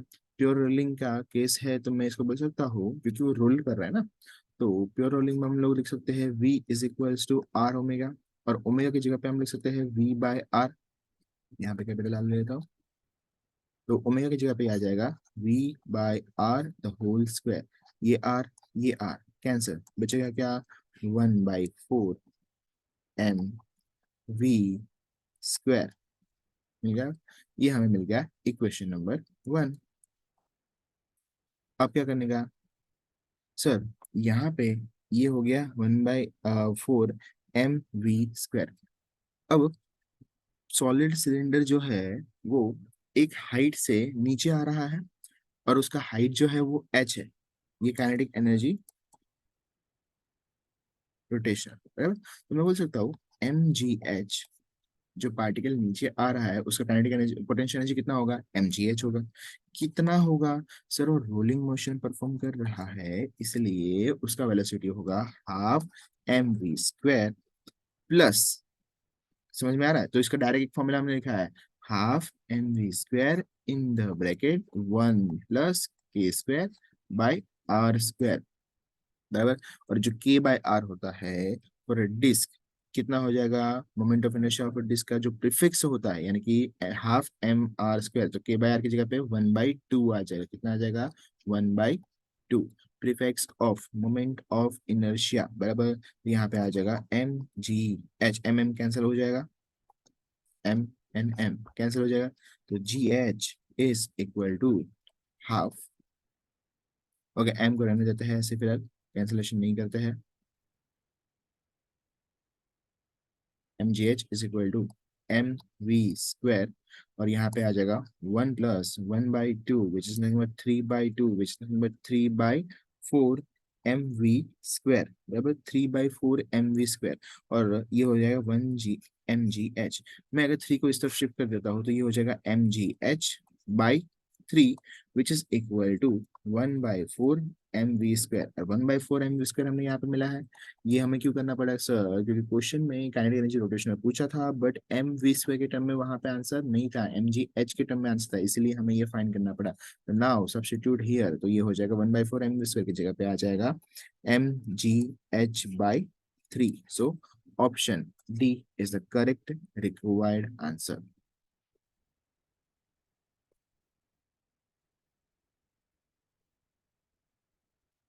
If there is a change of angular momentum from 1 joule to 4 joule in 4 seconds, then the torque is, हमें change in momentum angular momentum पूछा है, और टॉर्क को फाइंड करने के लिए क्या है, तो टाउ का फॉर्मूला होता है change in angular momentum per unit time is equal to, यहाँ पे change in angular momentum find करना है। पहला फाइनल मोमेंटम कितना है, 4 है, इनिशियल मोमेंटम कितना है, 1 है, अपॉन टाइम पीरियड कितना दिया है, 4 दिया हुआ है, तो आंसर 3/4 हो जाएगा, बराबर। So which option, option C is the correct required answer. A thin uniform rod has a mass m and the length l. The moment of inertia about an axis perpendicular to its length and passing through the point at a distance l/3 from center of mass, not r, from one of its end will be।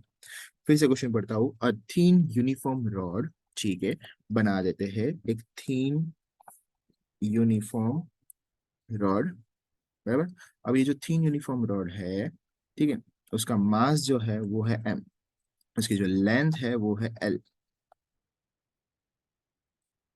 The moment of inertia about an axis perpendicular to its length बोलेगा, क्या बोलेगा, perpendicular to its length, यहाँ पे आ जाएगा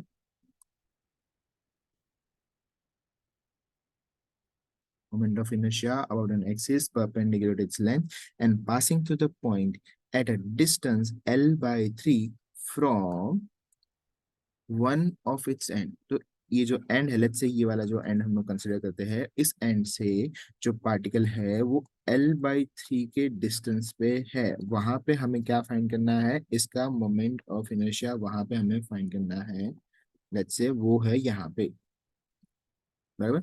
यहाँ पे moment of inertia find करना था, इसको मैं ले लेता हूँ आई नॉट से डिनोट कर देता हूँ, ये हो गया इसका सेंटर। और सेंटर से जो मोमेंट ऑफ इनर्शिया हमें पता है उसको मैं आईसी से रिप्रेजेंट कर देता हूँ, बराबर। चले, तो टोटल लेंथ है एल, तो सेंटर से एक एच का डिस्टेंस कितना होगा, L/2। कितना होगा, L/2। अब हमें फाइंड करना है आई नॉट पे मोमेंट ऑफ इनर्शिया कितना होगा। तो principle of parallel axis theorem अगर हम अप्लाई करेंगे, सो आई नॉट इज इक्वल टू हमें मिल जाएगा IC plus MH²।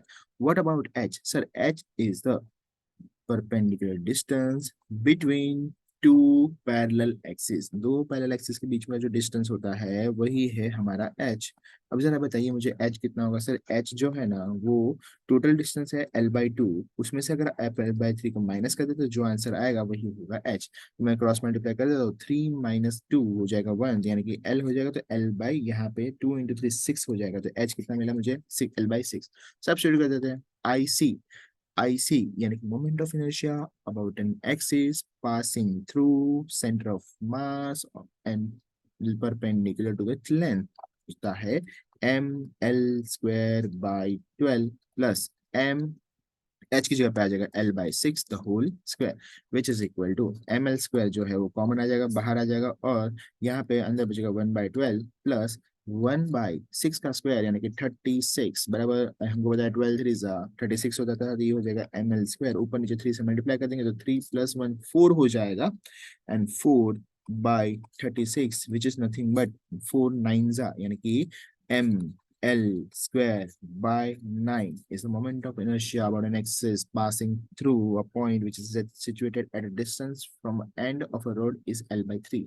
So answer is ML²/9. Option D is the correct required answer. Next question. Next question क्या दिया हुआ है हमें sir. A body slide down a smooth incline plane having an angle theta reaches the bottom with a velocity v. If a body is a sphere, then its linear velocity at the bottom of the plane is. Okay, हमें कहा गया है, यहाँ पे देखिए जरा। Oh, uh, just a second, there is a change in question, थोड़ा सा, हाँ ये रॉन्ग है। So here have student के सामने right question. A body slide down a smooth inclined plane having an angle theta and reaches the bottom with velocity v. If the body is a sphere and if it is rolling without slipping, then its velocity at the bottom of the plane is, बराबर। अब velocity at the bottom of the plane हमें find करने के लिए कहा गया है, तो ये देखिए यहाँ पे है sphere। अब ये sphere ऐसे क्या कर रहा है, वो स्लाइड कर रहा है, बराबर। Body slide down on a smooth inclined plane.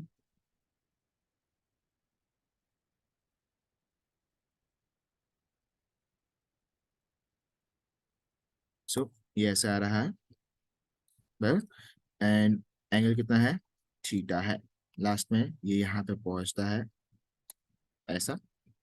So what is the velocity,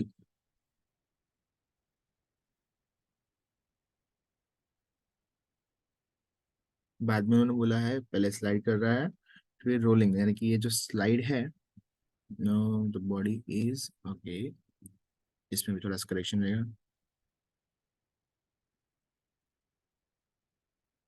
rolling.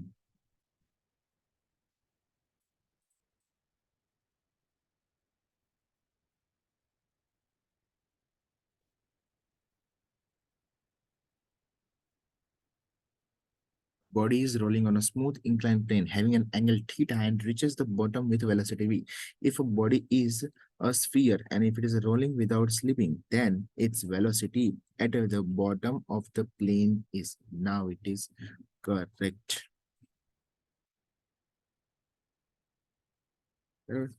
Now, ठीक है, चले। सो अब हमें क्या करना है भाई, ये जो बॉडी दिया हुआ है v इज इक्वल्स टू, एक बार मैं फिर से क्वेश्चन को करेक्ट एक बार चेक कर लेता हूँ, just minute. Okay, now let's do one fresh try. Okay, I to change the question.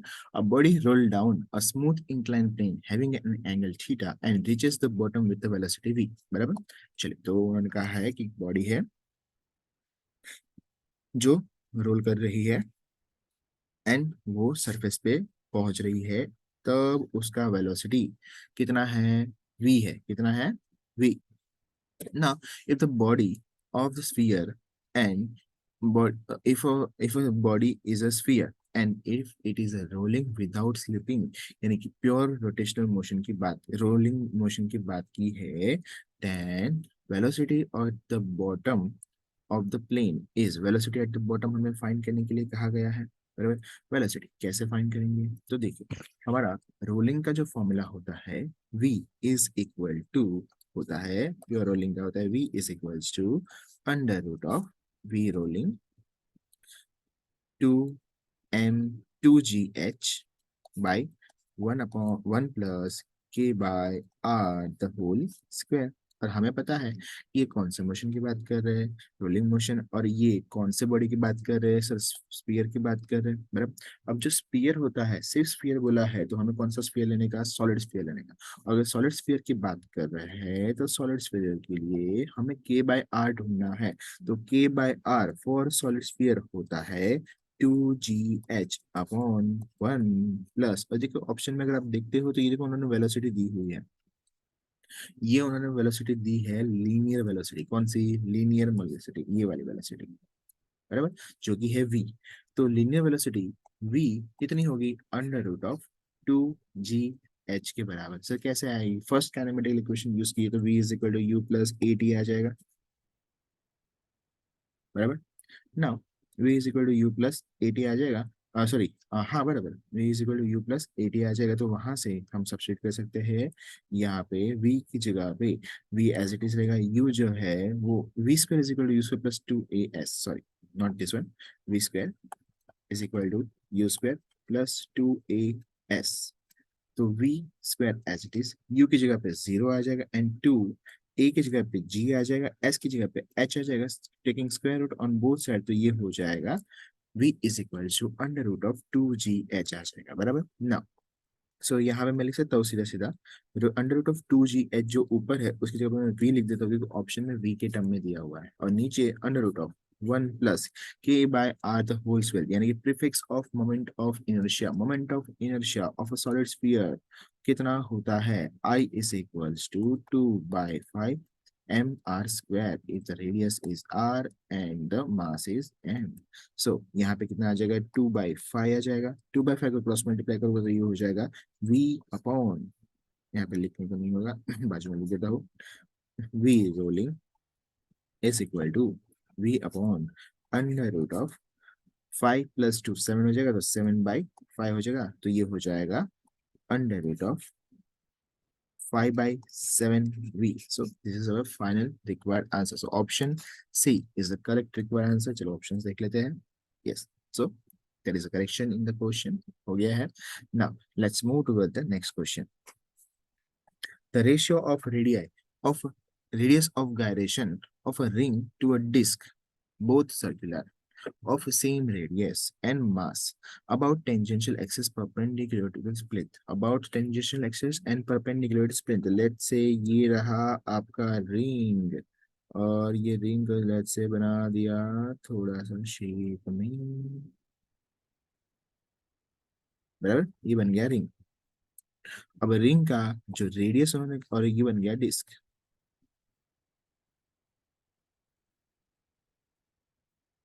बराबर. रिंग का रेडियस जो है वो हमें दिया हुआ है आर, और सेम उन्होंने बोला डिस्क का रेडियस भी कितना है? आर है. दोनों का मास भी कितना है? सेम है, m एंड m. फर्स्ट है रिंग, सेकेंड है डिस्क. दोनों का एक्सिस ऑफ रोटेशन क्या है?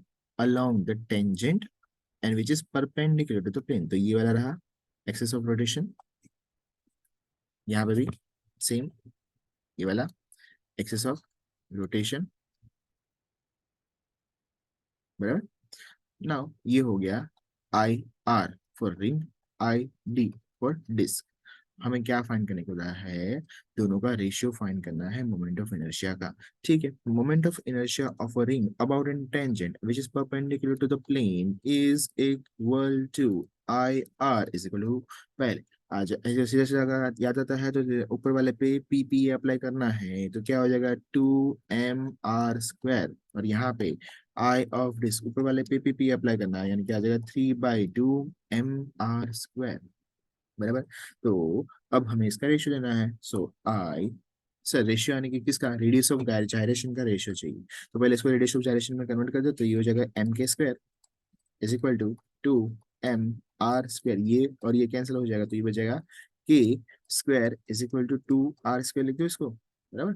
एंड यहाँ पे सेम एम के स्क्वायर आ जाएगा, यहाँ पे फर्स्ट ये आर ले लेता हूँ रिंग के लिए, और यहाँ पे डिस्क के लिए डी ले लेता हूँ, which is equal to 3/2 mr square हो जाएगा। यहाँ पे एम एम कैंसिल हो जाएगा, और यहाँ पे के डी, हम के डी का स्क्वायर मिल जाएगा 3/2 r स्क्वायर। हमको चाहिए दोनों का रेशियो, तो यहाँ पे लिख देता हूँ k r by k d the whole square, दोनों स्क्वायर है लेफ्ट साइड पे, बराबर, which is equal to 2r का स्क्वायर अपॉन 3/2 r का स्क्वायर, आर स्क्वायर कैंसिल, 2 चला जाएगा ऊपर, तो ये हो जाएगा 4/3। एंड हमें चाहिए k r by k d, तो taking square root on both side, तो ये 4 का हो जाएगा 2 और नीचे बच जाएगा √3, तो बन जाएगा 2/√3, यानी कि option B is the correct required answer. Next, a thin metal rod of mass m and length L is cut into 4 equal parts by cutting it perpendicular to its length, बराबर। तो ये बना दिया एक रॉड, इस rod को 4 equal part में connect करने कट किया है, 1, 2, ओके थोड़ा यहाँ पे इक्वल नहीं बना बट इक्वल पार्ट में कनेक्ट किया है, ये 1, ये 2, ये 3 और ये 4, 4 इक्वल पार्ट में कट कर दिया। फिर उन्होंने क्या कहा, तो ये देखो, ये अगर इसका लेंथ जो है वो L है, इसका लेंथ L है, तो ये लेंथ कितना होगा सर, L/4 होगा, कितना होगा L/4। इसका मास अगर m है, तो इसका मास कितना होगा m/4 हो जाएगा, बराबर। ठीक है, नेक्स्ट 4 इक्वल पार्ट बोला ना इसलिए, if moment of inertia of a rod about an axis passing through its center and perpendicular to its axis is, t नहीं आएगा यहाँ पे, I आएगा, not t, is I, then moment of inertia of each part about the similar axis is, okay, if the moment of inertia of the rod of an axis passing through its center and perpendicular to axis I is I, then the moment of inertia of each part about its similar axis is, okay, similar axis पे हमें find करने के लिए कहा गया है। Let's say तो उन्होंने हमें कहा है कि moment of inertia of a big rod about an axis passing through center of mass and perpendicular to its length जो है I, तो अब जरा बताइए कि जो आपने जो 4 रॉड है उसका भी सेंटर से जब हम मोमेंट ऑफ इनर्शिया फाइंड करेंगे तो उसको हमें आई के टर्म में फाइंड करना है। तो लेट्स चलिए लास्ट वाला मैं ले लेता हूँ, इसका मोमेंट ऑफ इनर्शिया को मैं आई अज्यूम कर लेता हूँ, तो ये कितना होगा ये हमें पता है, अरे सीधी सी बात है सर, इसका मोमेंट ऑफ इनर्शिया आ जाएगा, है तो रॉड ही ना, द रॉड का मोमेंट ऑफ इनर्शिया कितना होता है, about an axis passing through centre of mass and perpendicular to planes होता है mL²/12, बट यहाँ पे जो ये m है वो कितना है सर, एम की जगह पे आ जाएगा, ये लेट्स से ये समझ लो ये बिग रॉड का है। अब ये छोटा वाला जो है, छोटे वाले को मैं आई नॉट से रिप्रेजेंट कर देता हूँ, ये छोटे वाले का मास कितना है m/4, एल कितना है, लेंथ कितना हो जाएगा इसका L/4, the whole square upon 12 which is equal to mL²/12 को मैं एज इट इज रहने देता हूँ, जो कि आई के टर्म में मिल जाएगा, और बाकी का जो टर्म बचा है वो क्या बचा है, 1/4 इंटू 1/4 का square, which is equal to 4 का स्क्वायर 16 एंड 16 4 जा 64, सो हमें मिल जाएगा ये आई mL²/12 जो है वो देखो, ये रहा आई अपॉन 64, सो ये आई नॉट में मिल जाएगा I/64, which option, option A is the correct required answer.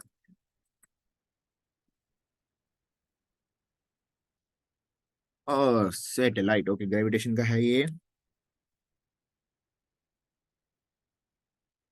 क्या दिया हुआ है देखते हैं। A satellite of mass m is revolving around the earth of mass m in an orbit of an radius r small r with a constant angular velocity omega, not ohm, यहाँ पे आ जाएगा omega.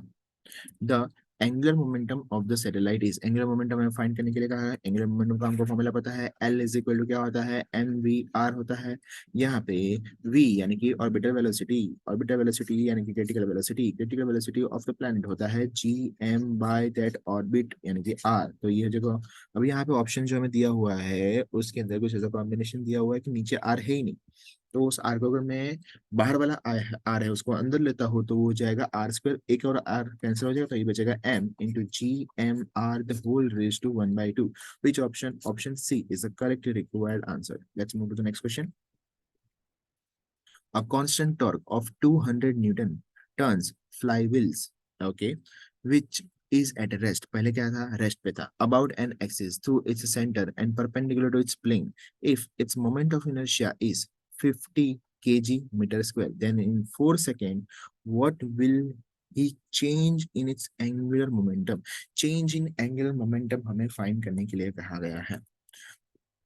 Change in angular momentum is equal to I into change in angular velocity, बराबर। Now torque हमें दिया हुआ है, tau is equal to 200 newton. ऐसा क्वेश्चन होता तो हमारे सामने से ना सारी चीजें लिख देने की भाई हमको दिया क्या है। जो दिया रहता है ना उससे हमको फटाफट ख्याल आता है कि भाई ये चीजें हमको करनी है। यहाँ से ये फॉर्मूला यूज कर सकते हैं। टाइम दिया हुआ है 50 नहीं 4 सेकेंड, बराबर। हमको डेल्टा ओमेगा चाहिए। तो डेल्टा ओमेगा टाउ के बीच में कोई relation, yes sir. Tau is equal to होता है आई अल्फा। क्या होता है, आई अल्फा। और जो अल्फा होता है वो होता है change in velocity per unit time. तो यहाँ पे लिख सकता हूँ, यहाँ पे लिख देता हूँ tau is equal to I alpha. And alpha जो होता है वो होता है change in velocity per unit time. That's it, बराबर। ये टाउ मिल गया। अब यहां से मुझे डेल्टा ओमेगा चाहिए, change in velocity which is equal to tau t by I. Substitute कर देते हैं यहाँ पे तो क्या आ जाएगा, यहाँ पे आई इंटू ओमेगा की जगह पे क्या आ जाएगा, tau t by I. I and I already cancel. Tau की जगह पे 200 एंड टी की जगह पे कितना दिया हुआ है 4 which is equal to 800 kg metre square per second. यानी कि हमको आई नहीं भी दिया रहता तो भी हमारा काम हो जाता था। सो 800 option A is the correct required answer. 3 point masses, each of mass m, are kept at the corners of an equilateral triangle of side L. The system rotates about its center of the triangle without any change in the separation of masses during rotation. The period of rotation is directly proportional to, period of rotation is directly proportional to, ये हमें पूछा गया है। ठीक है। आपकी जानकारी के लिए बता देता हूँ, ये जो फॉर्मूला है, आई मीन जो क्या बोलते क्वेश्चन है, वो हमारा नहीं है, ये ग्रेविटेशन का है। क्योंकि उन्होंने कोई भी एक्सटर्नल फोर्स के बारे में नहीं कहा है एंड पार्टिकल रोटेट कर रहे हैं। तो लेट्स से कर लेते हैं। देखो ये रहा एक मास, ये रहा दूसरा मास, ये रहा तीसरा मास। तीनों मास ऐसे कनेक्टेड है, बराबर। अब हमें क्या पूछा गया है, द पीरियड ऑफ रोटेशन की बात की गई है, बराबर। तो ये घूमेगा कैसे, पहले तो सबसे पहले तो ये देखो, ये सेंटर ऑफ मास के थ्रू यहाँ पे घूमेगा, इक्विलेटरल ट्रायंगल है, यानी कि ये यहाँ से इसके थ्रू घूमेगा, बराबर। अब इसके थ्रू घूम रहा है, सो घुमा कौन रहा है, सो देखो इसका मास है m, इसका मास भी है m, इसका मास भी है m। तो घुमाने का काम करेगा कौन, gravitational force between any two particles is providing centripetal force. दो पार्टिकल बीच में जो ग्रेविटेशनल फोर्स है वो आपको नेसेसरी सेंट्रीपिटल फोर्स प्रोवाइड करेगा। सो ये देखो, सो नेसेसरी सेंट्रीपिटल फोर्स जो प्रोवाइड है जिसकी वजह से पार्टिकल क्या कर, पूरी बॉडी क्या कर रही है, रोटेट कर रही है अबाउट दिस पॉइंट, सेंटर के ट्रायंगल के सेंटर पे वो रोटेट कर रही है। तो मैं बोल सकता हूँ कि नेसेसरी ग्रेविटेशनल फोर्स, तो दो पार्टिकल के बीच में अगर मैं बात करता हूँ ग्रेविटेशनल फोर्स के बीच में, तो जी एम एम, कोई भी दो पार्टिकल ले रहा हूँ, बराबर, G M m upon l square. which provide necessary centripetal force, which is nothing but m r omega square. अब हमको टाइम पीरियड के बारे में कमेंट करना है, तो ओमेगा की जगह पे मैं सब्स्टिट्यूट कर सकता हूँ m r two pi by t the whole square. And इसको थोड़ा सा और एक्सपांड करें तो यहाँ पे हम लिख सकते हैं m r four pi square by t square. तो टी स्क्वायर और यहाँ पे कुछ कैंसिल हो रहा है, देखो सर ये रहा, हमें फर्स्ट और लास्ट को करना है बराबर। ये एक एम गया, ये दूसरा एम गया, और कुछ कैंसिल हो रहा है क्या? तो और कुछ तो कैंसिल हो नहीं रहा, तो टी स्क्वायर तो मैं लेफ्ट साइड पे शिफ्ट कर देता हूँ। बाकी यहाँ पे क्या बच जाएगा, यहाँ पे बच जाएगा फोर पाई स्क्वायर। आर जो है वो क्या है सर, ये देखो ये रहा आर बराबर, ये रहा एल जो हमें दिया हुआ है लेंथ, बट आर नहीं पता है, आर कैसे फाइंड करें? ठीक है ना।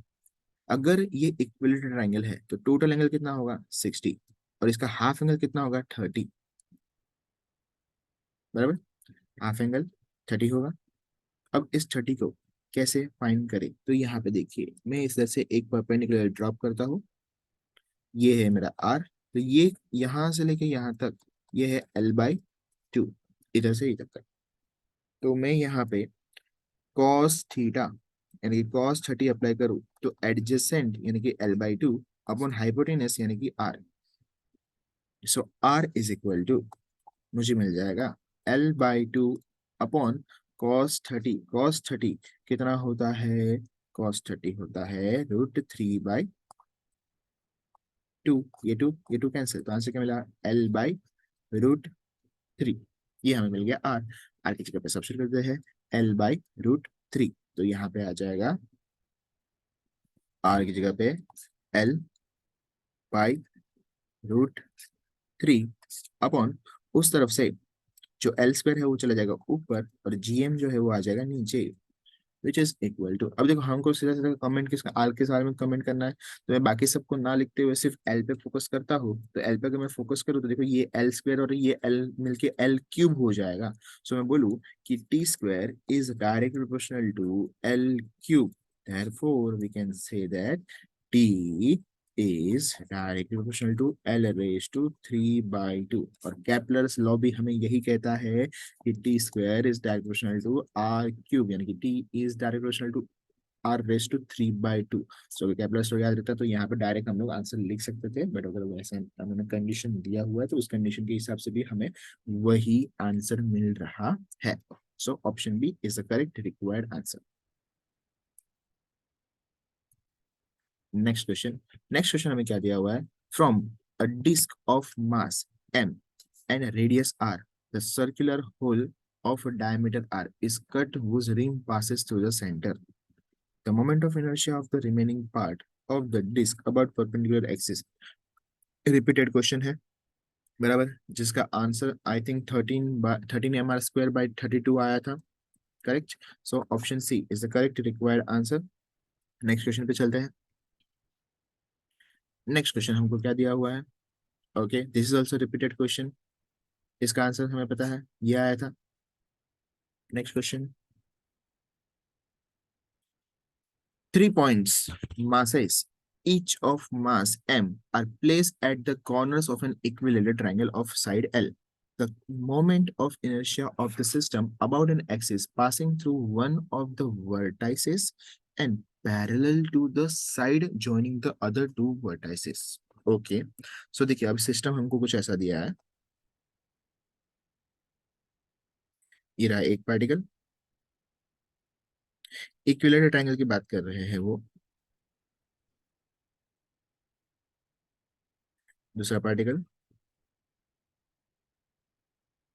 ये रहा तीसरा पार्टिकल, तीनों कर देता हूँ ज्वाइंट, और ये इक्विलेटरल ट्रायंगल के तीनों पॉइंट्स पे है।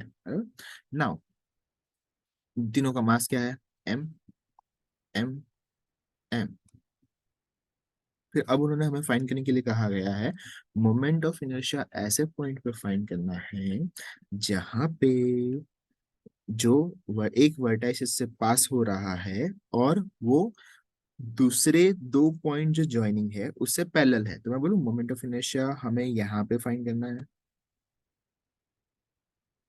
जो एक वर्टाइसिस से पास हो रहा है, एंड दूसरे दो वर्टाइसिस को जो लाइन ज्वाइन कर रही है उससे क्या है, पैरेलल। सो हमें ये वाला फाइंड करना है। समझ में आया ये चीज? ठीक है, तो यहाँ पे जरा बताइए मुझे क्या आएगा। ये वाला पॉइंट, ये वाला पॉइंट मैंने उसको साथ में ले लिया।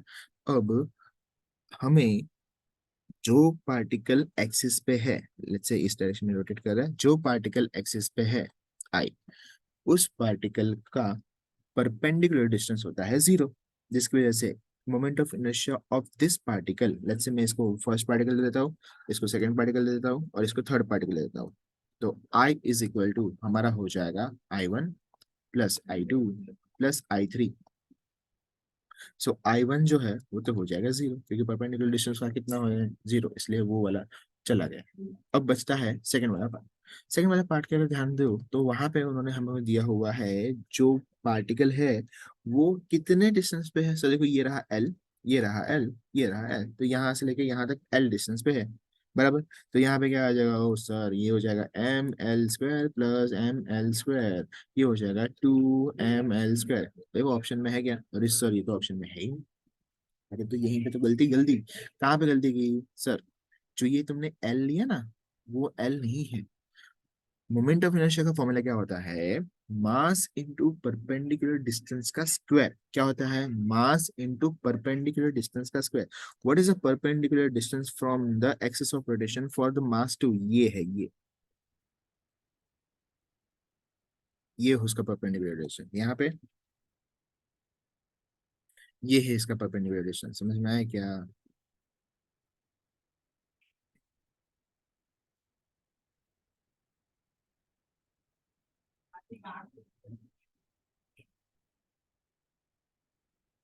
सो this is the correct one.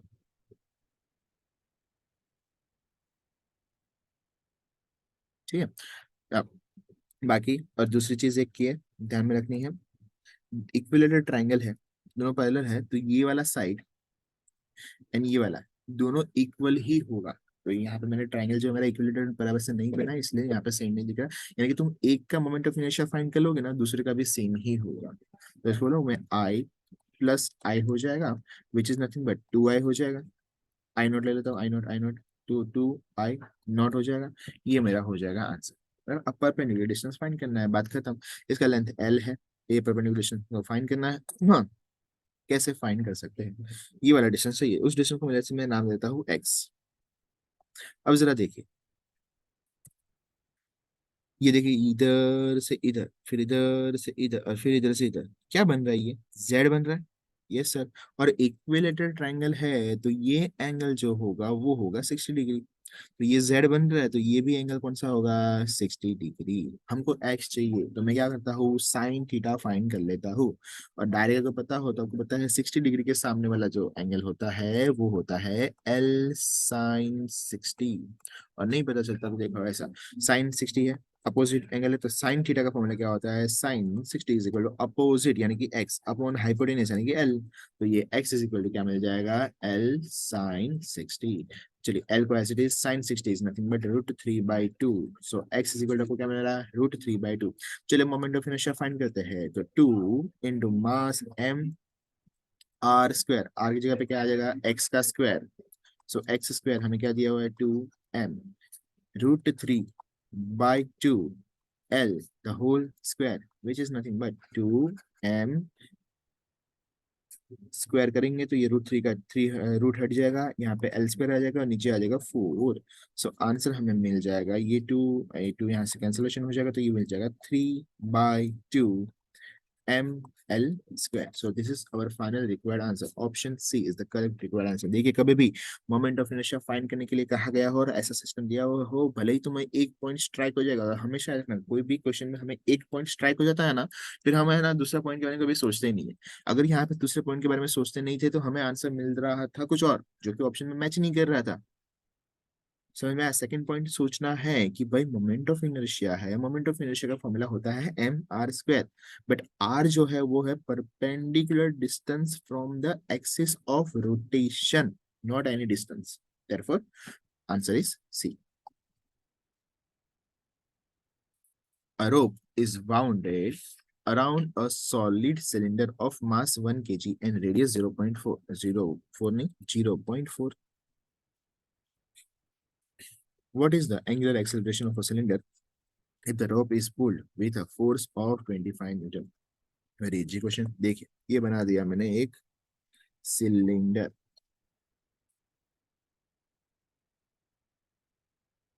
अब ये सिलेंडर है, उसके लेट से रेडियस जो है वो है आर. अब इसमें क्या किया है, एक रोप को बाउंड किया है, मतलब उसको ऐसे घुमा घुमा के ये किया हुआ है.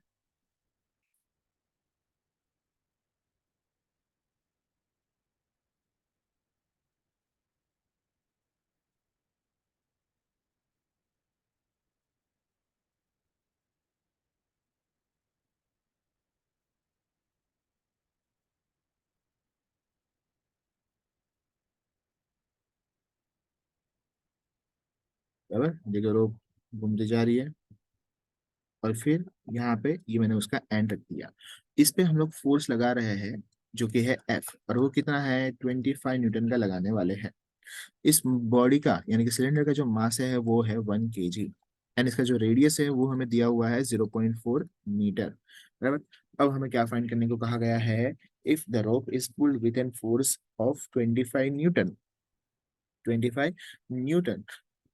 तो एंगुलर एक्सेलरेशन कितना होगा उस सिलेंडर का, ये हमें फाइंड करने के लिए कहा गया है. तो tau is equals to I alpha होता है. टाउ इज इक्वल टू क्या होता है, आई अल्फा. बराबर.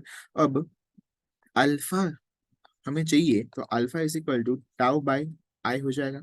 और आई, ये देखिए ये सॉलिड सिलेंडर है ना. बराबर. सॉलिड सिलेंडर यानी कि ये क्या हो गया, डिस्क की बात कर रहे हैं.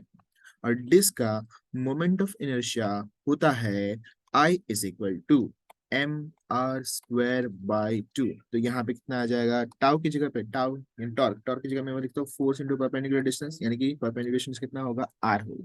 क्या होगा, आर होगा. देखो यहाँ पे है ना, ये एच पे टच हो रहा होगा और ये हो गया perpendicular distance which is nothing but r. Divide by m are square by two. एक आर कैंसिल हो जाएगा तो बचेगा 2 एफ बाई एम आर. चलिए सब्स्टिट्यूट कर सकते हैं. तो 2 इंटू एफ की जगह पे 25 अपॉन एम की जगह पे 1, आर की जगह पे 0.4. बराबर. ये हो जाएगा 50 अपॉन 0.4 को मैं लिख सकता हूँ 4, और जो एक जो पॉइंट था उसको मैंने शिफ्टिंग किया यहाँ पे, तो 500/4 हो जाएगा. 500/4 विच इज नथिंग बट 1 से पहले हो जाएगा, फिर 1 0 आया तो 2 से हो जाएगा, 8 हो जाएगा, 2 0 बचा तो 125. सो अल्फा में मिला 125 radian per second square. This is our final required answer. Option C is the correct required answer. Okay. So उम्मीद करता हूँ आपको सारे के सारे क्वेश्चन समझ में आए होंगे. कोई क्वेश्चन में डाउट है तो फिर से उसको एक बार रिपीट कीजिए एंड कंप्लीट कीजिए. रोटेशनल मोशन का सेकंड यहाँ पे हमारा कंप्लीट होता है. ठीक है. चलिए बाय बाय.